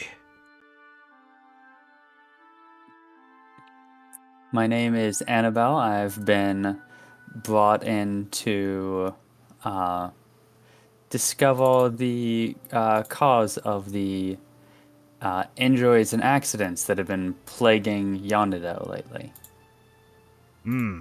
Yes, it is unfortunate what has befallen the citizens. What it is, I'm not quite sure. I keep much to myself these days.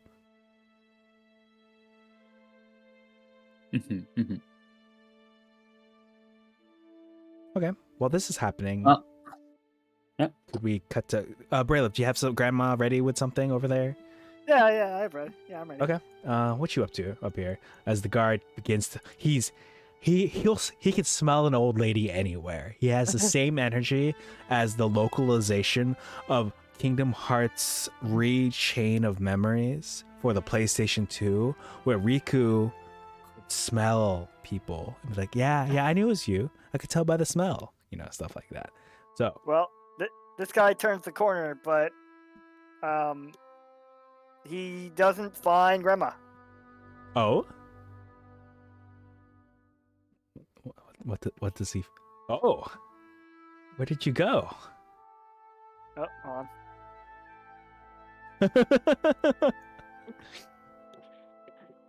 Okay. See, Kirk has returned. She went that way, and he'll point, and Frank will point in a completely different direction. Okay, can you roll me a wait, sorry, to recap, what are you doing? Just so I can understand. I'm wearing the hat of disguise as Frank. Oh, okay. Can you roll me a deception check? Mm-hmm. And I just want to make sure. I want to check one of my abilities. Let's see.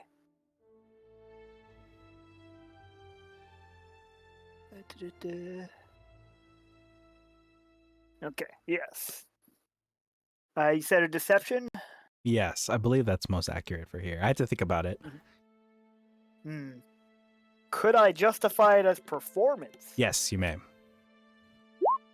Ooh. Okay. So the guard. Imagine that as like Frank flexing while pointing in a different direction. Okay, I have to stress something.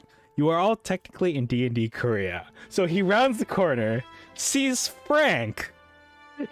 Like I'm just gonna like pause for effect. I'm not gonna emphasize or stress anything, but he sees Frank. He's a little confused. He kind of shrugs. He chalks it up to, I don't know, one of those. He chucks it up to something I'm not gonna get to on stream, and then he'll like turn. Which direction did you point again? Away from here, so like maybe down the path. Okay. He'll nod and salute for some reason, and then head straight north, leaving you to rejoin Annabelle should you so desire, or if you want to steal something, the manor's open technically. Ooh. All right. Do I see anything to steal?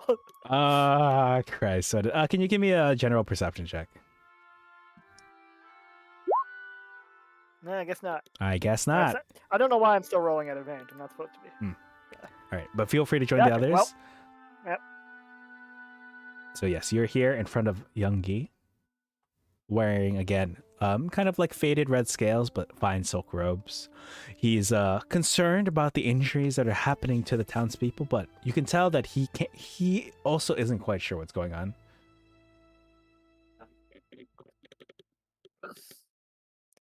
What did I miss? Not much. Youngie, this is my associate, Frank. Oh, right, you're still in disguise. You know, it's Look at this like 35-year-old white guy. This is my co-worker, Grandma Bone Smasher. He doesn't blink at all at this. He just like, you can tell he's taking his stride. He's like, yeah, that checks out. This might as well happen. This is my life now. Not even the weirdest name I've heard today. Our investigations have led us up a mountain in which we found a in which we found an inscription on a shrine to one. Fucking forgot the name.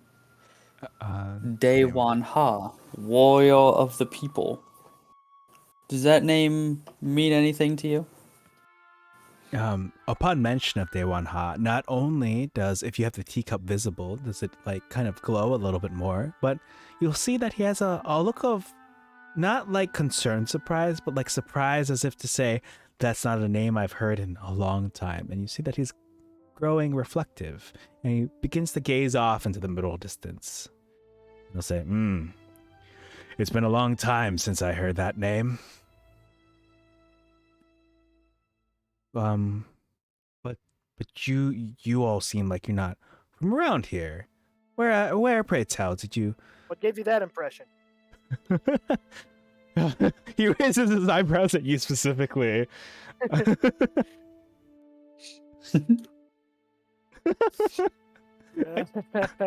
Anyway, he was saying. I got a message, Frank, after this movie. Yeah, so what had happened was, all right.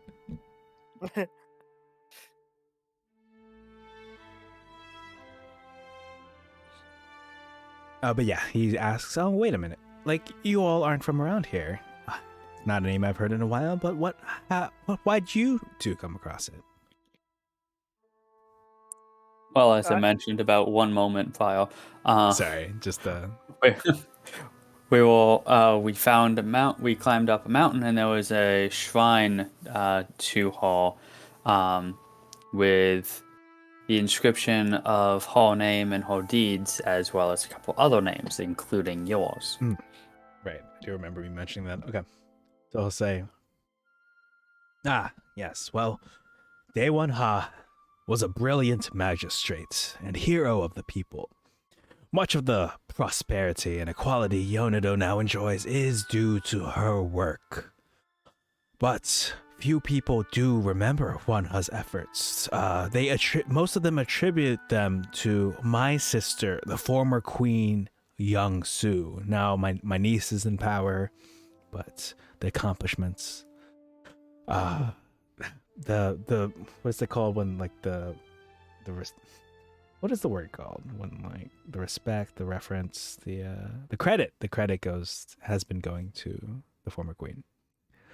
And although the people once honored Wanha, the magistrate died in relative obscurity. My name, of course, is on the shrine due to how let me get this right. Sorry.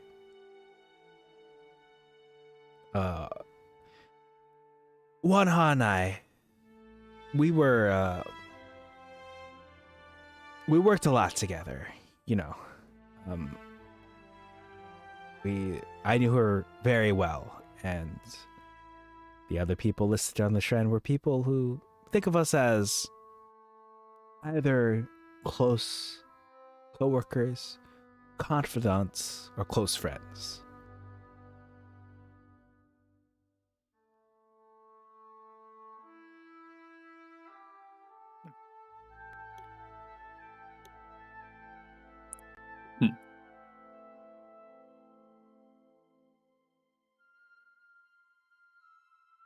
I see. My next question for you is pretty simple and straightforward.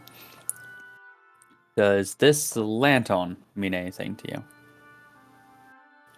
And I pull out the lantern. It gives off dim light, but no heat.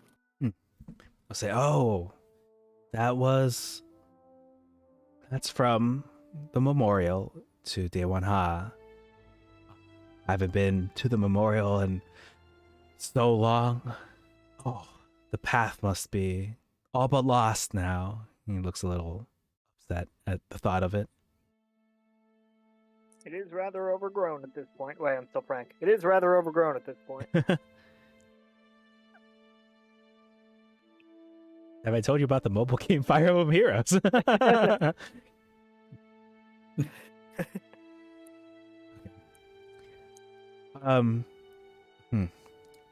Well, the lantern serves many purposes, as if to shine, you know, what is that line that the Statue of Liberty has where like, give me your burdens, you're weary, you're tired, you're hungry, and all that stuff.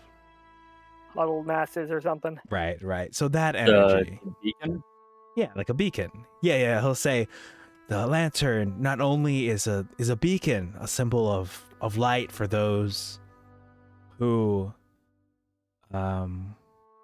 especially those who are of different stature, different class within Yonido. With Wanha, she felt we were all equals. And that was hope that she gave to the people who weren't as financially fortunate.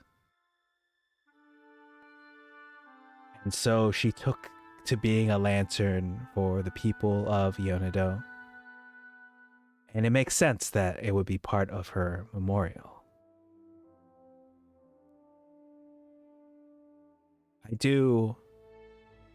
He sighs a little bit. It is partially my fault that Wanha's work was undermined. Yeah, it's my fault that her successes were credited to my sister, Queen Youngsu. Now, I did not do this out of malice towards my good friend Wanha, but it was out of devotion to my family and the crown, believing that at the time any individual who the people placed above the ruling class, that's not a position that they are supposed to. She was but a magistrate, but I regret what I did. I just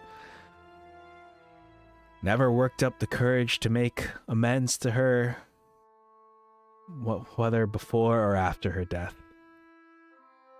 I'm just afraid doing so will tarnish my sister's memory, and by extension, my niece's rule as queen now, while she's on the throne.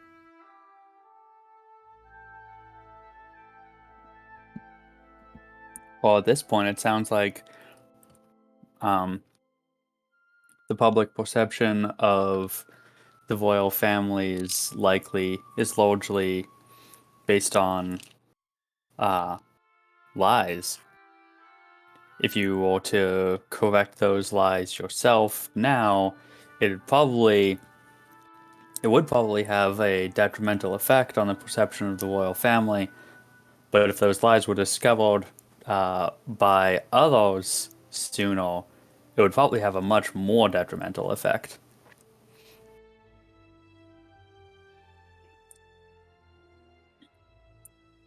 He nods solemnly and thoughtfully, as if digesting what you've told him. Better for it to come out. It's too. It would have been better for the truth to come out sooner, but hey, now is better than later, especially in light of everything that's going on. So he's digesting this in case anyone wants to follow up with anything. The best time to plant a tree is yesterday. The second best time to plant a tree is today. Oh, that's a great line. Yeah, that perfectly encapsulates what Youngie should probably be doing. Beyond that, to add a little bit of extra weight, what's befallen Yonado seems pretty clearly at this point to be tied to Daewon Ha being forgotten and overshadowed. This might not have been clear to you, but what's happening has not been random accidents. It is some form of actively malicious magical force that is coming in, holding people, and then wiping their memories of it, leaving the town, leaving Yonado largely helpless to solve this problem, while people are still getting hurt. Just earlier today, we were fighting to defend some of your people from this magical effect, and one of them almost died. We managed to resuscitate her, but upon waking up on death's door, she had no knowledge of what had just happened.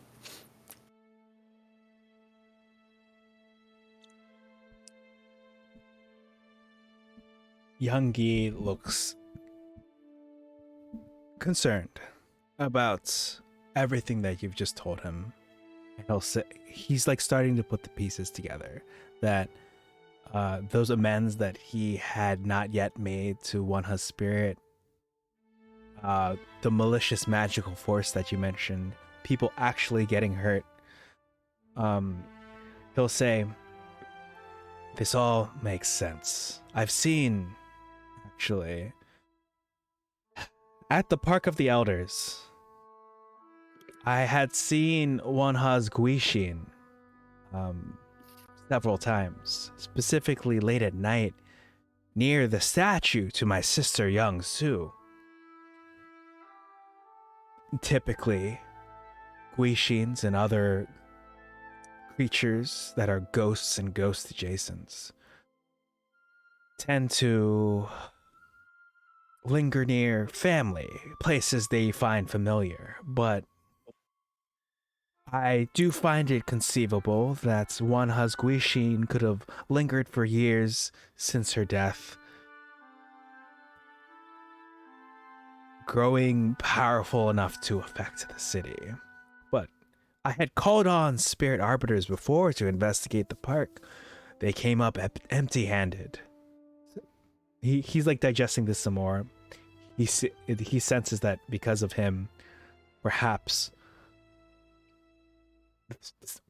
the stuff in the city is being caused by him, and he's thinking about the steps he had taken recently and how those might not necessarily have borne fruit. So to recap, he'll say, hey, I've seen Wanha's ghost, Guishin, at the park late at night near the statue, but the spirit arbiters he hired came up empty-handed.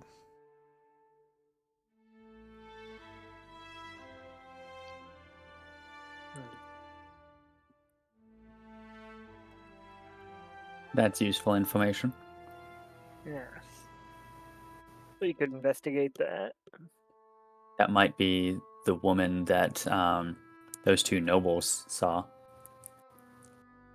He'll say, oh yes, if you want to investigate, I'd say probably the best time is around midnight. If that's not too late. No one has like a bedtime or anything like that. Not that I know of.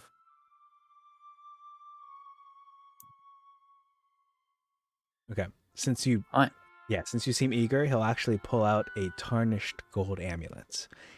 You can see as he pulls it out that it has Wanha's name etched on it. And he'll say, this was one of Wanha's symbols of office, a memento of our former friendship that I've kept for years. And you'll see that the amulet's actually faintly glowing with a light blue color. And he'll say, oh, well, interesting. But he has his hand outstretched. You wish to take it. I will take it.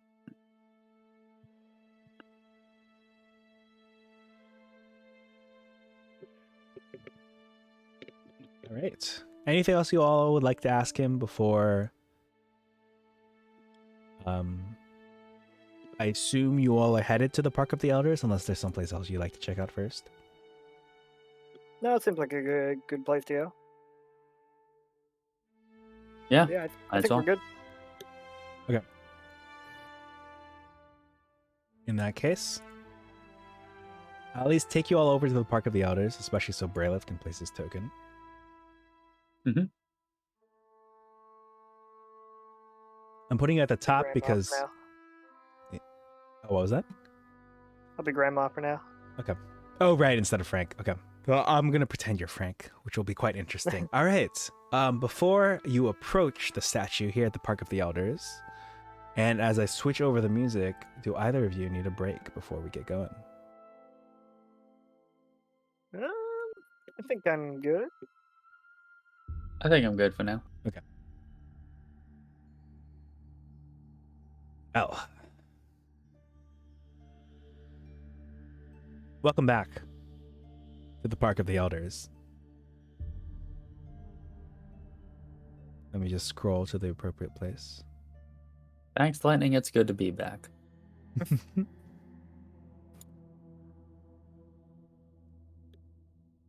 Where is it? Here. Okay. So to recap, I'll say this again. Oh, actually, maybe I... Oh, I haven't read this yet. Okay.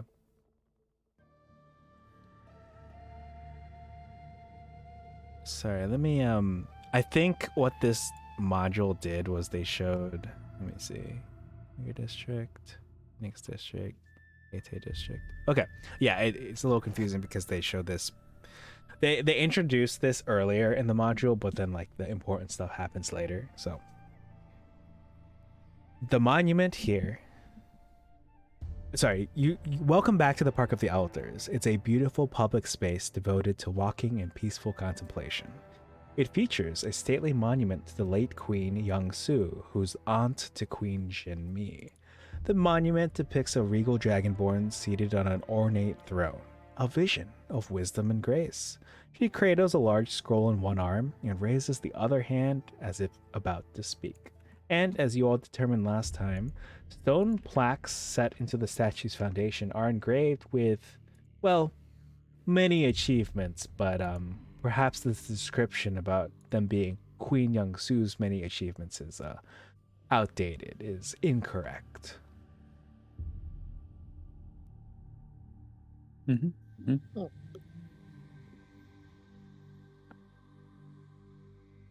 Let's go deface public property. We've already established in our previous session that all statues are of racist people and should be destroyed. Ooh.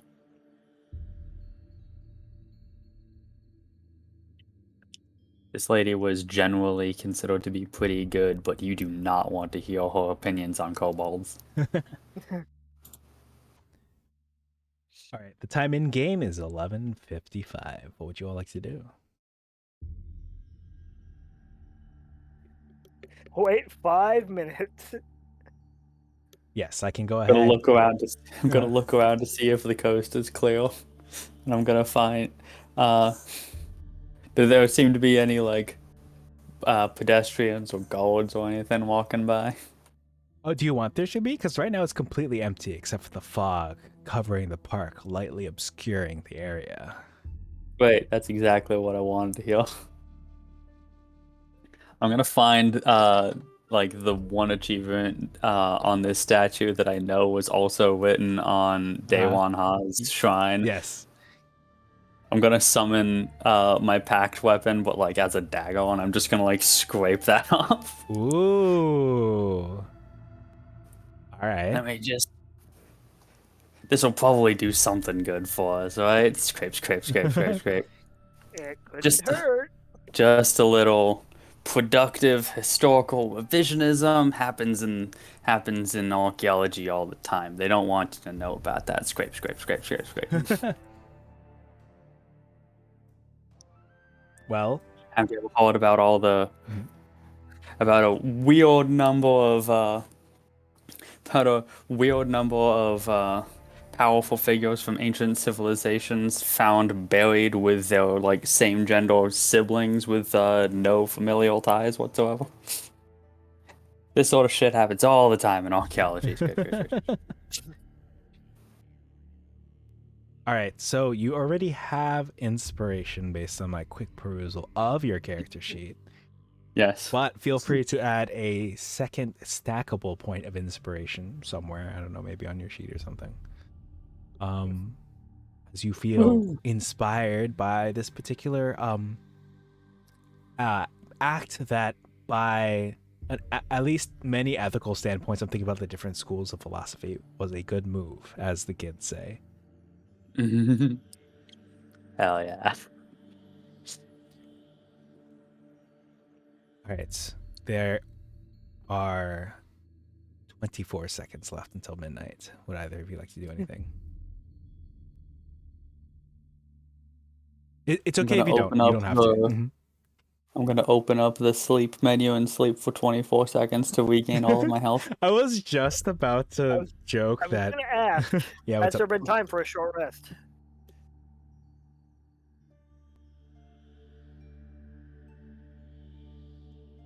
Yes. I think Young Gi probably would have allowed you to take a short rest in his gardens before heading out. Oh, sick. So, congratulations on your short rest. Feel free to. Oh boy. I'm just going to play this because even though it's not a d20, I Okay. feel like it applies.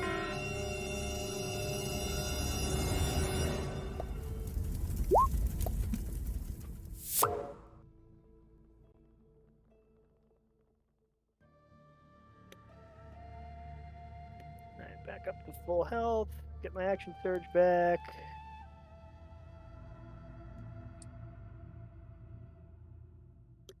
Alright.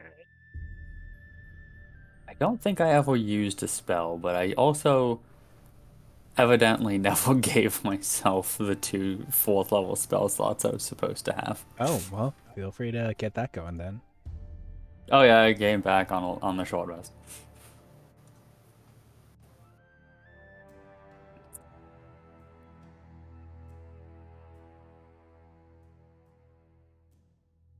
All right. Are your short rests completed? Yeah. Mm-hmm.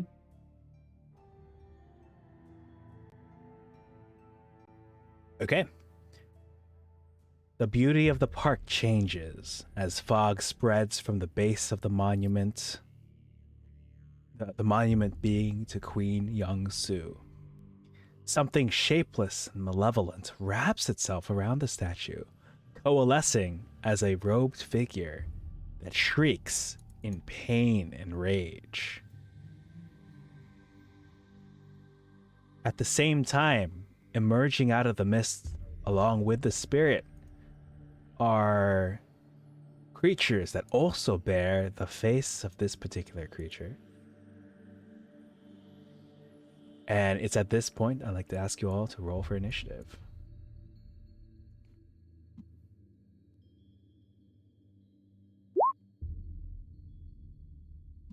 Loser.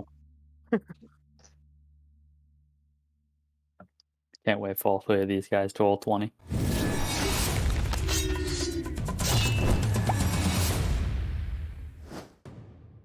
that the official order of that character, or do you find that from an anime? I found it from the internet. I don't even know. I don't think it's from an anime. Okay. Oh, they rolled a 0. Sick. Oh, I actually didn't press the button. I just hit the.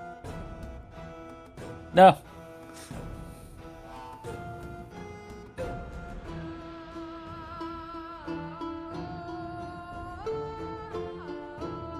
It's music rules. I love that the 2 on the sides count as gargoyles. Uh-huh. All right. Let me scroll up so the audience can still see your faces, your tokens' faces.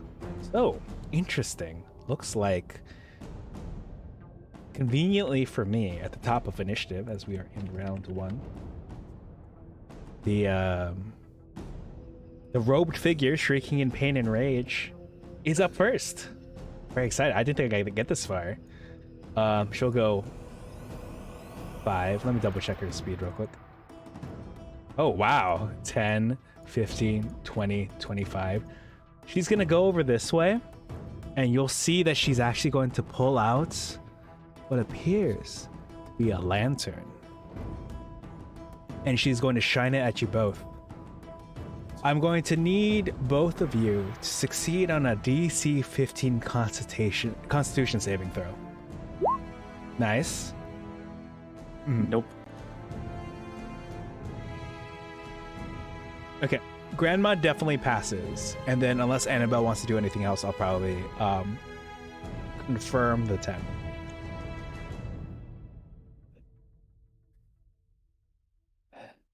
I think I'm good. Okay. I'm curious what it does. All right. So She pulls out the lantern and she says, "You'll be nothing." And she causes it to shine a big, like, long pillar of blue light. Annabelle, you are blinded for 1 minute. You can repeat this saving throw at the end of each of your turns, ending the effect on yourself on a success. Fuck. I'm a fool.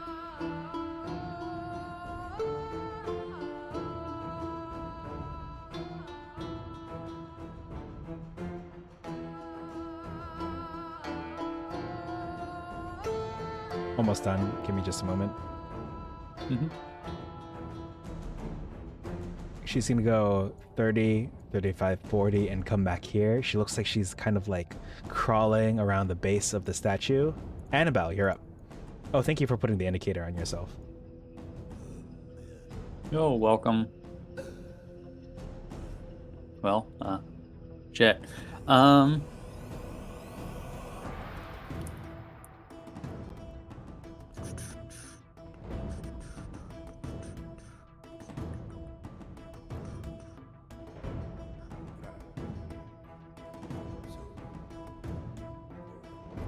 Well, no real battle time for this, I guess. I'll cast Blow on myself. Ooh. Go ahead and put the lock So- on you to indicate you are concentrating on the spell. Cool. I'll just put the... Oh. What have we done for dodge?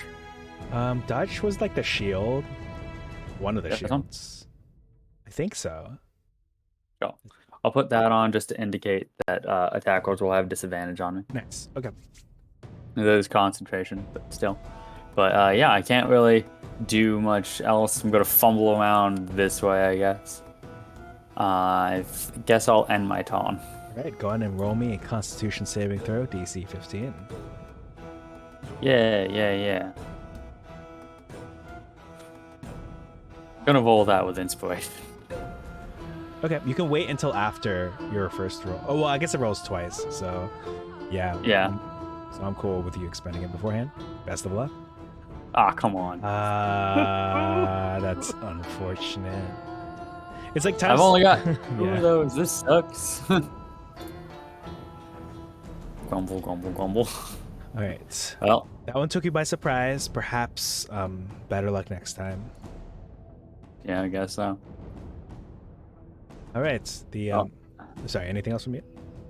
No, that's gonna be it for me. All right. The gargoyle on the right. So the illusion of Day One Ha is going to move next to Grandma right here. And let's see what she can do.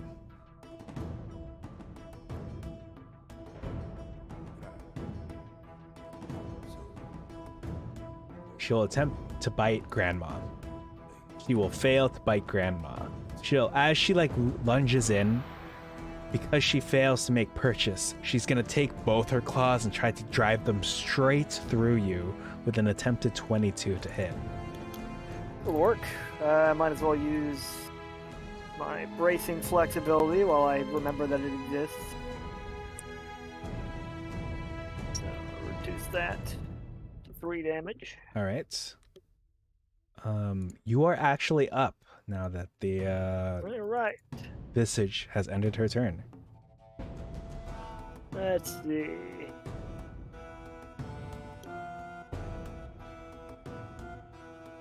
I think I'll just hit it with the root for now. 23 to will hit. make contact. 8 bludgeoning damage, minimum damage. And to recap, is this not? Non-magical. It's non-magical. Okay. You sense that some So of I- your attack does fade through the mist and the fog that Well, but makes up this enemy. I'm sorry. Well- Getting a raid in actually. whoa. Welcome in everyone. Thank you, Watt, for let me send you a shout out. Thank you so much for the raid. I really appreciate it. I saw that you had, I saw on in Yuri's server that you had played My Sims Kingdom. My siblings and I played a lot of My Sims Party growing up. So I mean, I just love the My Sims game. So I wish I could have caught more of that. Perhaps I'll sneak in a little look at the VOD. I hope the gaming was good. You're right on time. We're in the middle of the final boss of this module in Journeys Through the Radiant Citadel. These two have journeyed to D&D Korea, and right now they're fighting what appears to be like a ghost and a few gargoyles. And we have here, it's Grandmaster Bone Smasher's turn, Grandma for short. Sorry to cut you off mid-turn. Anything else you'd like to do on your turn? Yeah, seeing that my weapon doesn't deal as much damage, I'll just switch to my unarmed strikes. I assume an 11 misses a gargoyle. Let me just double check. It does unfortunately miss. Not in the way that it normally does against a gargoyle where it bounces off of its stone skin, but perhaps your attack passes through the mist that makes it up. In that case, yeah, might as well do a finishing move. I'll try, But I don't yes, know if Raiders, gargoyles welcome can in. even be stunned, but I'll try it. I'll give him a headbutt. All right, is that the 11, unfortunately? No, Sorry, 19. Okay, 19. All right, the 19 will hit. so that's 14 magical bludgeoning damage. Oh, it's 14 magical. Okay, I'll apply that. All right. And we both have to make Constitution saves, or be stunned until the start of my next turn. All right, let's see how it does. Rolls an 8, so stunned. You're both stunned until the start of my next turn. All right, I'll go ahead and put this indicator to show. Normally I use this for haste. Actually, what's another good stun one?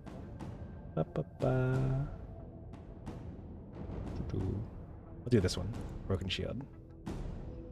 But yeah, glad you had a great stream. Yes. If you or any of the other raiders need to lurk, feel free to, sit back, relax, and watch them hopefully not die.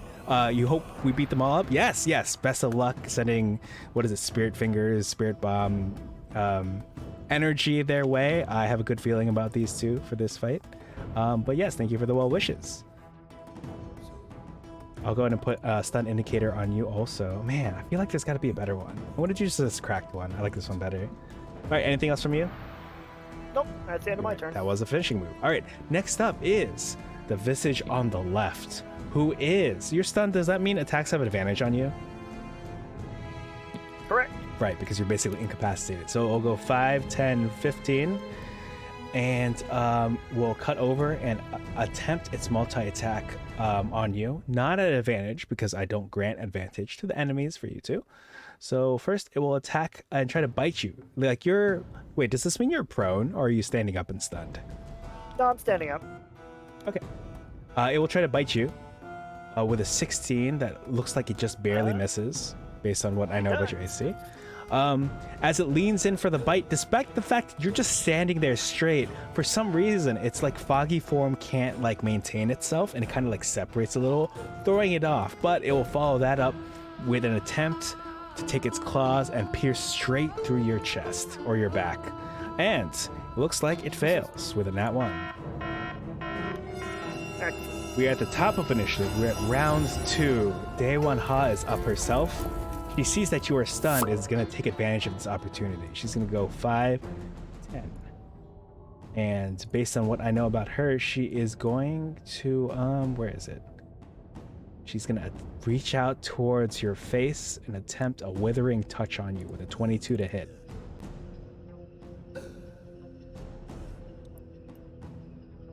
Assuming that hits? Yeah. Mm-hmm. Yeah, that hits. Okay. Let's see. Let's see. I can't use my reaction right now because I'm stunned, so that would be the full damage. Okay. Noted. You can't take reactions, right? Because you're stunned. Correct. All right, so then she'll just whip around back here, kind of like peeking out from behind the statue and hissing. Annabelle, you're up.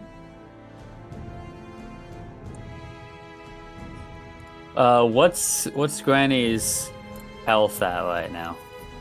She's doing all right. How do you feel about me casting a shadow on you? Bring it on. Cool. All right. The range 60 feet, and it's each creature on a 10-foot radius. Ah, yes. Got to break out the I'm AoE just gonna move spells. 1, 2, 3, 4, crash into this rock and move back here. Are you blinded right now? I'm still blinded. Which is why I'm doing an AoE spell, because I can't just like target a specific thing or person. Does Shatter specify you have to see the location? I don't know. Looks like Didn't it actually read that does part. it. It says erupts from a point of your choice within range, unless that automatically implies sight. No, it would have to say from a point you can see. All right. So Annabelle, despite being blinded by the ghost's lantern attack, take it away. Great. A creature made of inorganic material such as stone, crystal, or metal has disadvantage on the saving throw, which gargoyles normally would be, but I don't know if these guys qualify for that. Let me double check so that I treat you all fairly.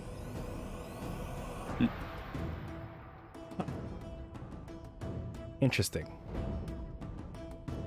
Does it not specify? It doesn't specify. So I'm down to keep. So what is that you were saying? They have disadvantage on the saving throw because they're made of quote unquote stone, despite the fact that they dissipate into mist. Okay. Well, because this seems to be an oversight on their part, I'd love to have them roll at disadvantage for this. Mm-hmm. So I'm gonna be targeting right on Grandma. Okay. So I will hit all of these guys. Okay, are you okay with it also hitting the statue? Should I not be? No, I'm It cool would with kinda that. have to. I'm cool with that personally. I just wanted to make sure. I mean, yeah, I'm fine with that. Okay. But So we've talked about this lightning. Huh?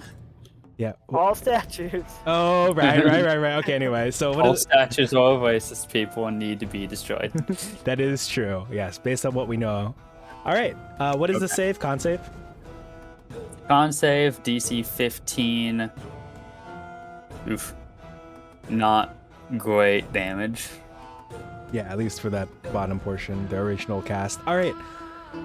DC 15 con save. This will be for the one that is stunned right now. Actually, yeah, this will be for the stunned one. It looks like it rolled an 8, so it fails. As for the one that isn't stunned, the one on the bottom, it rolled an 11. It would have failed either way. So they'll take, it sounds like, the full damage. Yeah, guess so. So that's 19 thunder damage to all 3 of these guys, including Grandma. You'll be fine. I will. All right, I've adjusted the health accordingly. It looks like that one quote-unquote gargoyle up there is looking a little rough over there. Anything else you'd like to do on your turn before I have you make your save again? Nope, that's gonna be it for me. All right, go ahead and give me that DC 15 Constitution saving throw. I'm so sad. Is quite unfortunate, but you're doing pretty well for someone who can't see what's going on. Yeah, but that was the last thing I could that was the last thing I could competently do while I can't see. Okay. Everything else requires sight, so it's gonna be at disadvantage or impossible. Now, I assume stun goes away at the end of the turn, was it? Or it's the start I of the believe turn? it's the beginning of my next turn. Beginning of your next turn. All right, so now that it is the beginning of your next turn, the gargoyle up on the top right, who is below half health, as indicated by the orange icon, misses their entire turn. Grandma, take it away. All right, maybe I won't try that again. I am gonna keep whacking away at it though, with an unarmed strike. 22 makes contact. 9 bludgeoning damage. And is this, I apologize for forgetting, your unarmed strikes Magical. are magical, all right? Correct. It's at this point that I'm going to go ahead and, it looks like it's breathing heavy, despite the fact that it doesn't need to breathe because it's, well, not alive. It is both a stone construct and also a ghost. An 18 hits and 6 bludgeoning damage.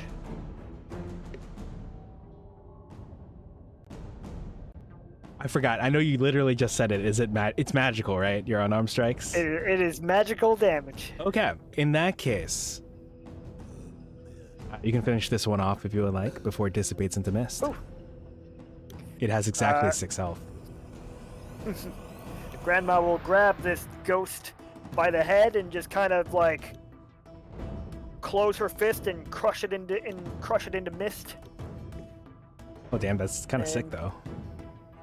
Then she'll whip around and try. Oh yeah, she'll do a finishing move on the other gargoyle. Let's see. Do I want to risk another headbutt? Maybe I don't. Let's see.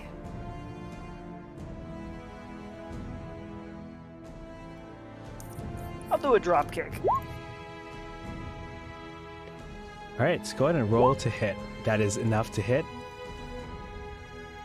That is a total of 13 magical bludgeoning damage. All right, And thank I have you. to make a strength save to be pushed. Not that I suspect it's going to matter a whole lot, but All right, now that it's below half health, let's make this strength save. It rolls a 12, which I believe fails. that fails. So it is pushed 15 feet back. 5, 10, 15. Yep. Nice. That's pretty epic. I'm just imagining, because it's a gargoyle, right? Made of stone, technically. So you like shove it 15 full feet away from you. Very nice. Yep. And you know what? I'll use an action surge. Run up to it. Keep hitting it. Now that I think about it, I should have done a clothesline instead. Oh well. 12 misses, I imagine. A 12 will miss. Let's see. And a 24. 24 will hit. 8 bludgeoning damage. All right, that is magical. So I can go ahead and put the other indicator on it. It's also breathing heavy. Then I will step here and end my turn. All right, this gargoyle is up next. It's looking rough, but it's not going down without a fight. So first, it will try to bite you with a 22 attempted to hit. That does hit, though I will use Bracing Flex to completely negate it. Nice. As it digs into you, it will take this moment to, it kind of brings up its hand up your arm to your shoulder and then digs its claws into you and completely misses and just ignored the last half of what I just said. Excellent. All right. We are now at the top of the round. Daewon Ha's visage is up next, like the true visage up here on the top. And is going to move 5, 10, 15, 20, 25, 30, 35, and will attempt another withering touch on you. She'll bring her hand up your arm onto your shoulder and then grasp your shoulder tightly. This time we'll miss. Also missing with an 11. Oh, man. That would have been so nice. And Grandma will shout out to Annabelle just to let her know where everyone is. All right, Annabelle, you know that Daewon Ha's in this direction, technically. You are up. Right. We go 1, 2, 3, 4, 5, 6, 7. My exact movement. Thank God.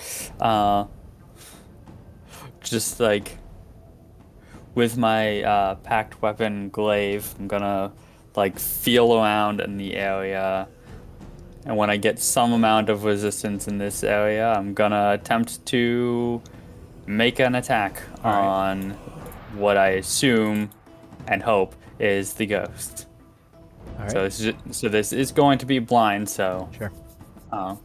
it'd be at disadvantage. Okay. If you're okay with my justification. Oh, of how I absolutely. can Yeah, help attack yourself. Yeah. I was waiting for it. I was expecting it. Yeah, you're fine. Yeah, go ahead and roll at disadvantage. Ooh, That's a 20 then. a 20 is enough. Yay! So that's 11 magical slashing damage. Thank you for specifying. Really appreciate that. No problem. Alright. And I will make a second attack as well. And that's a critical fail. Oh, So unfortunate. it's a miss. That's going to be the end of my turn, so I will roll that con save, and I failed. Yeah. As you How make, long I'm gonna win this whole fight with you blind. It's, gonna be it's a great. minute, so 10 rounds. God. All right, as we take it over to Grandma, when you do successfully strike her, she'll say, in response, as I scroll down to make sure that I get the right words for this, she'll say, I was nothing. I am nothing. Grandma, you're up. All right, Grandma's gonna try and finish off the gargoyle to her left. Whoops, I meant to do an unarmed strike. Okay. But I can keep that roll if you want. You can roll for the unarmed strike. All right, 25 is enough. Okay, 7 bludgeoning damage. Okay. It's looking pretty rough, but it's still holding on strong. It looks fueled by spite, which was me this afternoon at work. Mid. All right, I'll try again, and 11 misses, unfortunately. 11 does miss. So perhaps I will... Yeah, what the hell, I got 3 finishing moves left. I'll use another one. And just to keep mixing it up, I'll do a clothesline this time. A 19 is enough. All right, how are you taking down this gargoyle? All right, Grandma will rear back and sort of bound off of Annabelle as support and swing around and just hit this ghost in the neck with her outstretched forearm, which also evaporates it into mist. What was that? What just happened? And then Grandma will just move into position to flank. I don't know how that works when the other person's blind, but nevertheless, she'll... I think it's fine. Oh, wait, no, right? I can't do that because I can't move. Oh, yeah, after you it's the finish end your of my move. turn, Okay. so gotta remember that. But yep, that's the end of my turn. All right, we're at the top of a new round.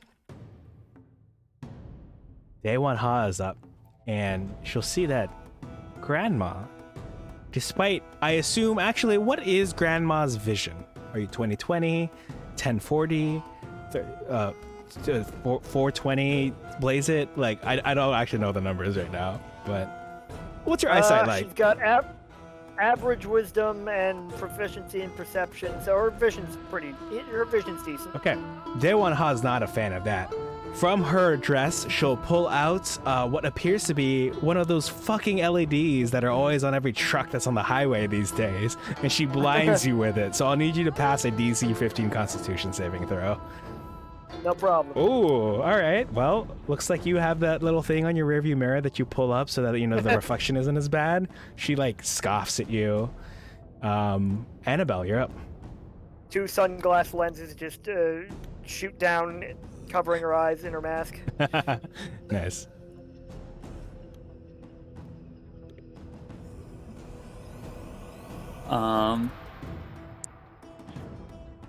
I will. Yeah, I'm just gonna do the same thing again. My odds of hitting are too low to risk doing anything else really. So I'm gonna do packed. I'm gonna just do another random regular swing at disadvantage. It's a 22 though. I mean, 22 will still hit. Nice. Even at disadvantage, you're putting in work. Oh my gosh. That's another 14 slashing damage to this one. All right.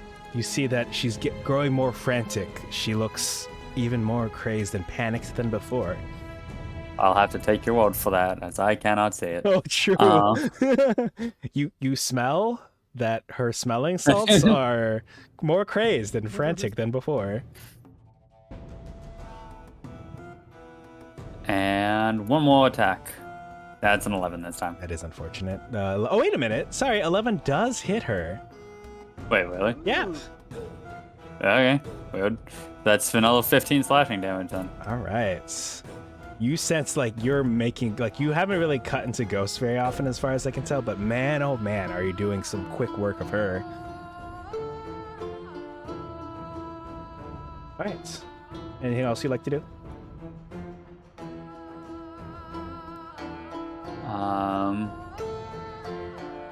Nope, that's it. I'm gonna roll that con save. All right. I was hoping you would fail it just so we can say you did the whole battle blind. Shut the fuck up. It is unfortunate because, well, congratulations on being able to see. At the end of your turn, Day One Ha is going to activate her legendary action, and she is going to use horrifying visage. Oh, I need both God. of you to succeed. It was gonna be like each non-undead creature within 60 feet that can see it. I'm like, so Annabelle's fine. I'm just gonna have Grandma do this, and then Annabelle. It's like that. I'm imagining that scene from Fairly Odd Parents when that King Arthur's like, I can see, I can fight, and then like I don't know, something goes wrong. I need you both to succeed on a DC 13 Wisdom saving throw. Well, I don't get aged by 30 years, but I am frightened. All right, I'll go ahead and put the frightened condition on you, meaning you'll have disadvantage on things of some sort. Oh, fuck me. So this is DC 13 Wisdom. Yeah. Jesus. Okay, thank God. Ooh. Can you, Annabelle, can you describe how you're kind of like, like you've been blinded by her lantern. She's like doing something to her face, making it contort or twist. How are you holding up over there? I am an archaeologist in a world in which magic and undead are real. This does not even make the top 10. Like bullshit I have seen. Your horrifying visage could use some more. Here, you should take some notes. Hands over a notepad and then a pencil. All right. For like what? This ghost like stretches her face into the most terrifying contortion she can imagine. Granny Bone Smasher's losing her mind, and Annabelle's just like mid.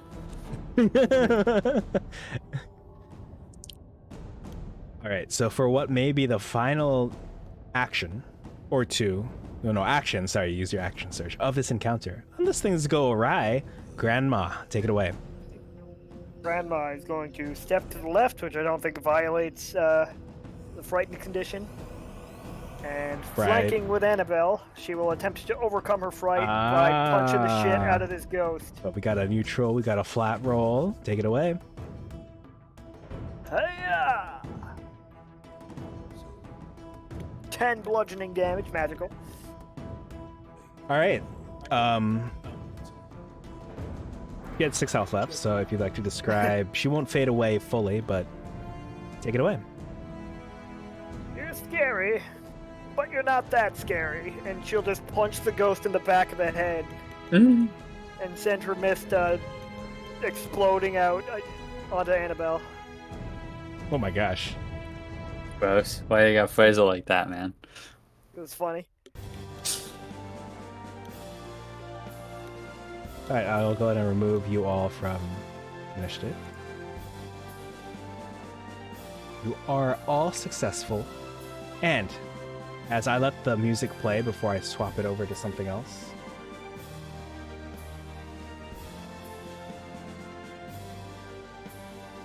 Daewon Ha's ghostly form begins to sink to the ground, and her hair is all frazzled as far as those of you can see. Oh yeah, you can both see, can tell.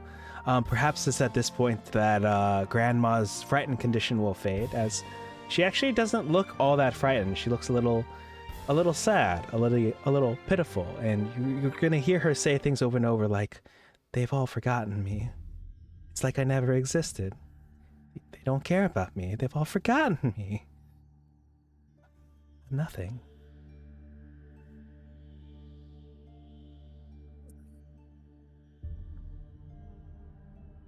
Well, we remember you now. Youngie is going to reveal the truth to your people. Though admittedly, the truth at this point might end up including what you have done to those people as a ghost in your petty vengeance. She looks crestfallen. She looks a little sad, just about everything in general. She'll say, "I'm sorry for what I did. I don't know what came over me. I just wished that, I don't know, I wish that there would be something good that they could at least remember me by."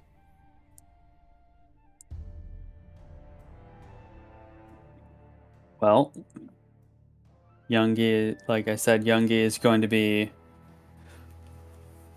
walking to establish the truth Your actions and history should be known to the people. Besides, they're already people who remembered you very fondly. Oh, she says, What perking up at that. the fuck just happened? Apparently I can print off my character sheet from here. I had no idea. No Wow. accident. The button has always been there, but I've never clicked it. I just accidentally did. What's that guy's name? Yeah, Beechin High still remembers you very fondly. He had a teacup with your name engraved on it, up on display for all to see. At the tea shop. Young Gee still remembers you very fondly as a dear friend, even though he is burdened with the guilt of erasing your legacy. She'll But he's say, working to fix that now. all right, when you mention Shinhei, she'll say, oh, is he still running that tea shop? Indeed. That's nice. I do miss having tea with Shinhei and Youngie there. Only I could see that teacup one last time. Oh, it's right here. She pulls out the teacup. All right. You see that the teacup is glowing with that blue hue, but it actually warms, turns into a little bit more of an orange yellowish hue. And then she'll say, yeah, Youngie and I would swing by for tea all the time. I hope so he's alive. He hasn't worked himself sick. That's nice to hear. He's retired at this point, actually, from what I've heard. Oh. Well, I hope he's happy. I wonder if he still has... She kind of like fades off when she says that.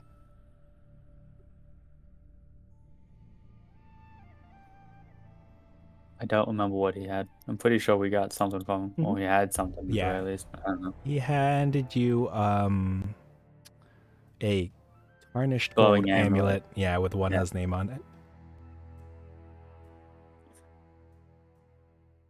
When we decided that we were going to come here to meet up with or fight you, he did give me this gold amulet with your name on it.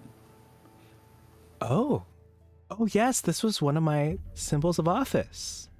A memento of our former friendship. Nah, don't get me wrong. I don't believe too strongly in materialistic possessions and capitalistic society and all that, but this is nice. This is nice. And you'll see that the blue glow over the gold amulet also turns warm, an orangish yellowish color. Nice. Progress.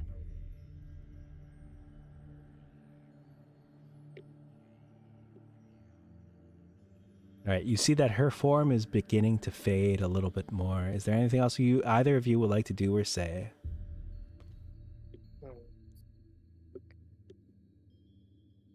I don't know. I think Annabelle handled it pretty well.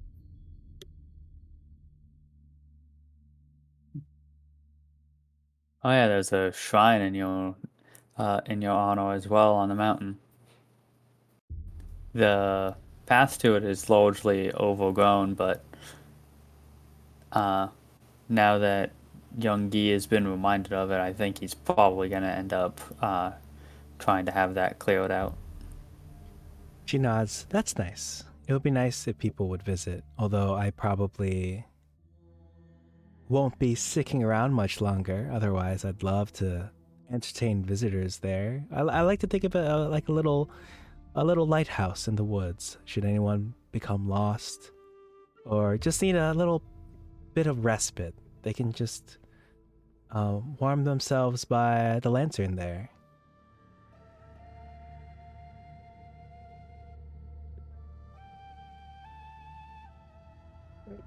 Oh, you mean this lantern? I hold up the lantern. Oh, she says, and the lantern changes from the blue flame within to an orange-yellow flame that actually emits a bit of warmth now that you've pulled it out. And it is the middle of the night. It is midnight. The chill wind was a little brisk, especially now that combat has finished and you're not like, working your muscles and getting the blood flow. It did get a little chilly, but the flame of the lantern has helped. And it's at this point that she'll say, I'm sorry that I was so upset with the city that I had dedicated my life to. I'm sorry that I used my accursed fog to make Yeonido's people suffer and forget why, leaving them with only pain and quiet confusion. I am happy that I haven't been forgotten, and I thank you all. Interesting. All right, well, she puts her hands together and she provides you both with a charm. Kind of like the charm that you may have got, kind of like the charm that other characters may have gotten when they travel to D&D Mexico. But this charm calls the spirit of one of your ancestors to inhabit one item of your choice and watch over you. The item of your choice becomes think of it like those it's like that item that you can't be spooked or scared. Like a wand of warning, I think. It basically becomes an item of warning for the next 9 days, at least. I forgot, because I believe we also made the charm from D&D Mexico indefinite, from what I remember. So this one is potentially indefinite as well. We can hash that out down the line. But yeah, she'll call the spirit of an ancestor to inhabit an item of your choice. Of course, logistics of which we can also hash out down the line. Interesting. But Day One High is fading ever so much more. She looks like she has a smile upon her face and looks like the fog around you is fading with her. Any last words before she's gone for good?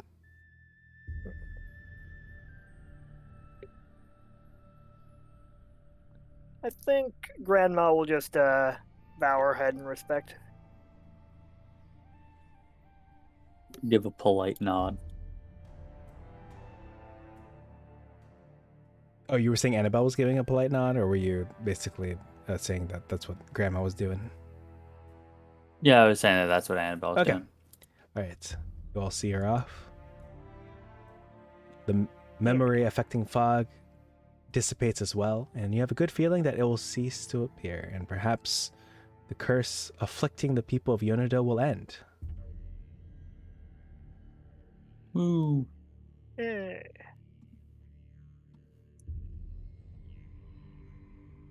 All right, I'm going to change the music one more time.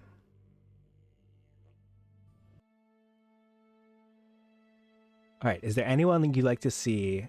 Probably we'll make this the last scene of the session. Now that you seem to have solved the problem, we'll wrap it up with an NPC of your choice. It can be Magistrate Kunanjun, your original quest giver. It could be someone else. Or you could just turn in at a local inn just to rest and then perhaps talk to someone in the morning. What would you like to do?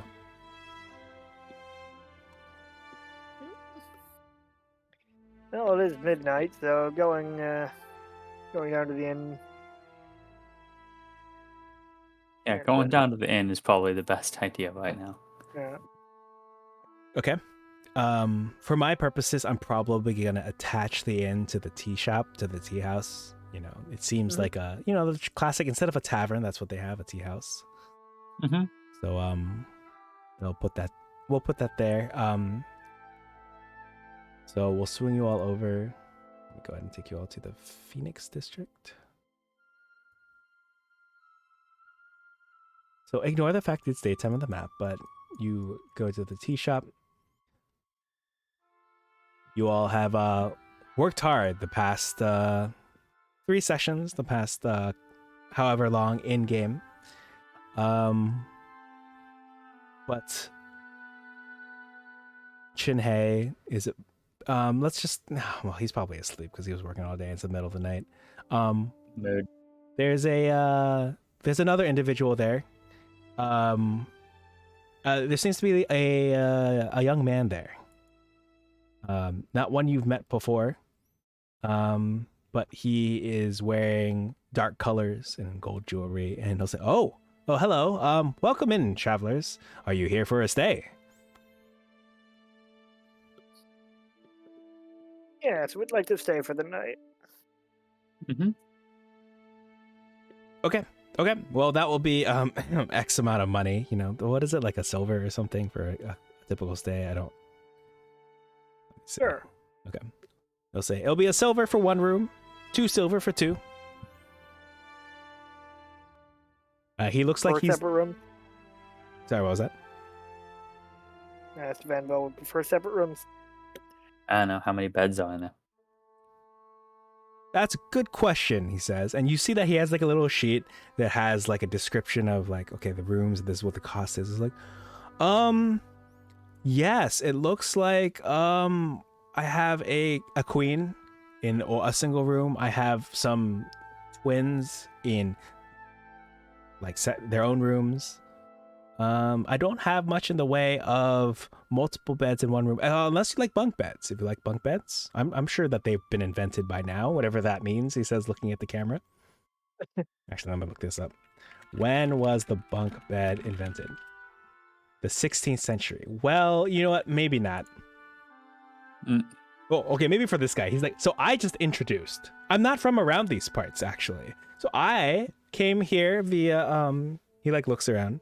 Secret means. And I introduced the concept of the bunk bed to these fine folks. So they actually have a room with a bunk bed if you want that. If you don't want that, that's fine too. My feelings will not be hurt. My name is Bunk Ned, and I've invented. That actually isn't his name, but yeah. What bed would you all prefer? Well, you've hyped it up a lot, so how about the bunk bed? Ooh, excellent. Yes, I'm excited to show you. Imagine this, a bed on top of another bed. You see, I was in my own bed one time, and I was thinking to myself, I don't like being here on the ground. I want to be higher up. And then it hit me. Bed on top of another bed. It's ingenious, I tell you. I must spread the word to the other people throughout the Citadel. He looks like he has some like, you know, like business venture in his eyes. He looks excited, like he's gonna tout bunk beds door to door, like broke vacuum door to door salesman, woke bunk bed door to door salesman. Yep. But yeah, he'll give you the keys, and you can go ahead to your room. Woohoo! Yippee! And then next time, Heading on. what's up? Heading on up.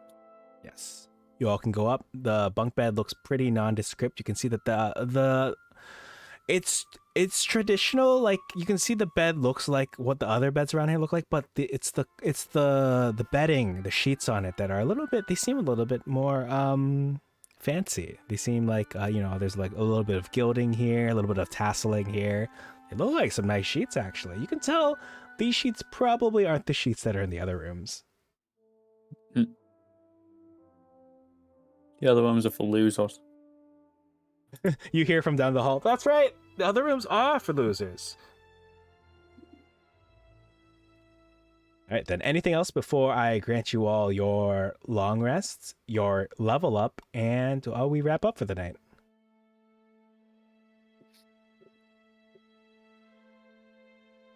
All right. No, I can't think of anything.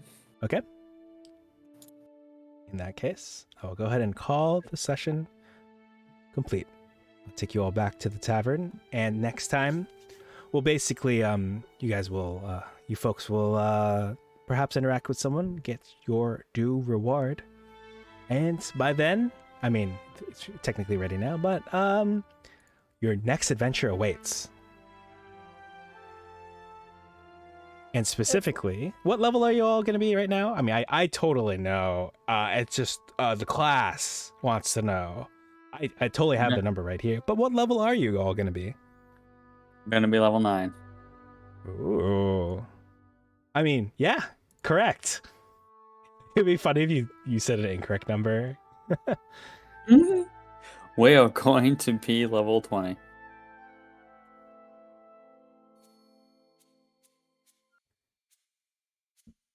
Yes, you all will be level 20 eventually. Yes, just to recap for the class, I plan to take these folks through the entirety of journeys through the Radiant Citadel and beyond.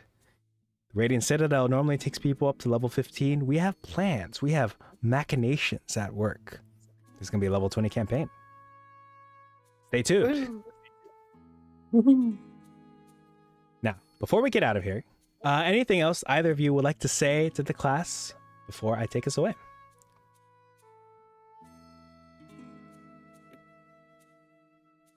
I think I'm good. Thanks for watching, everyone. You good? Thanks for watching.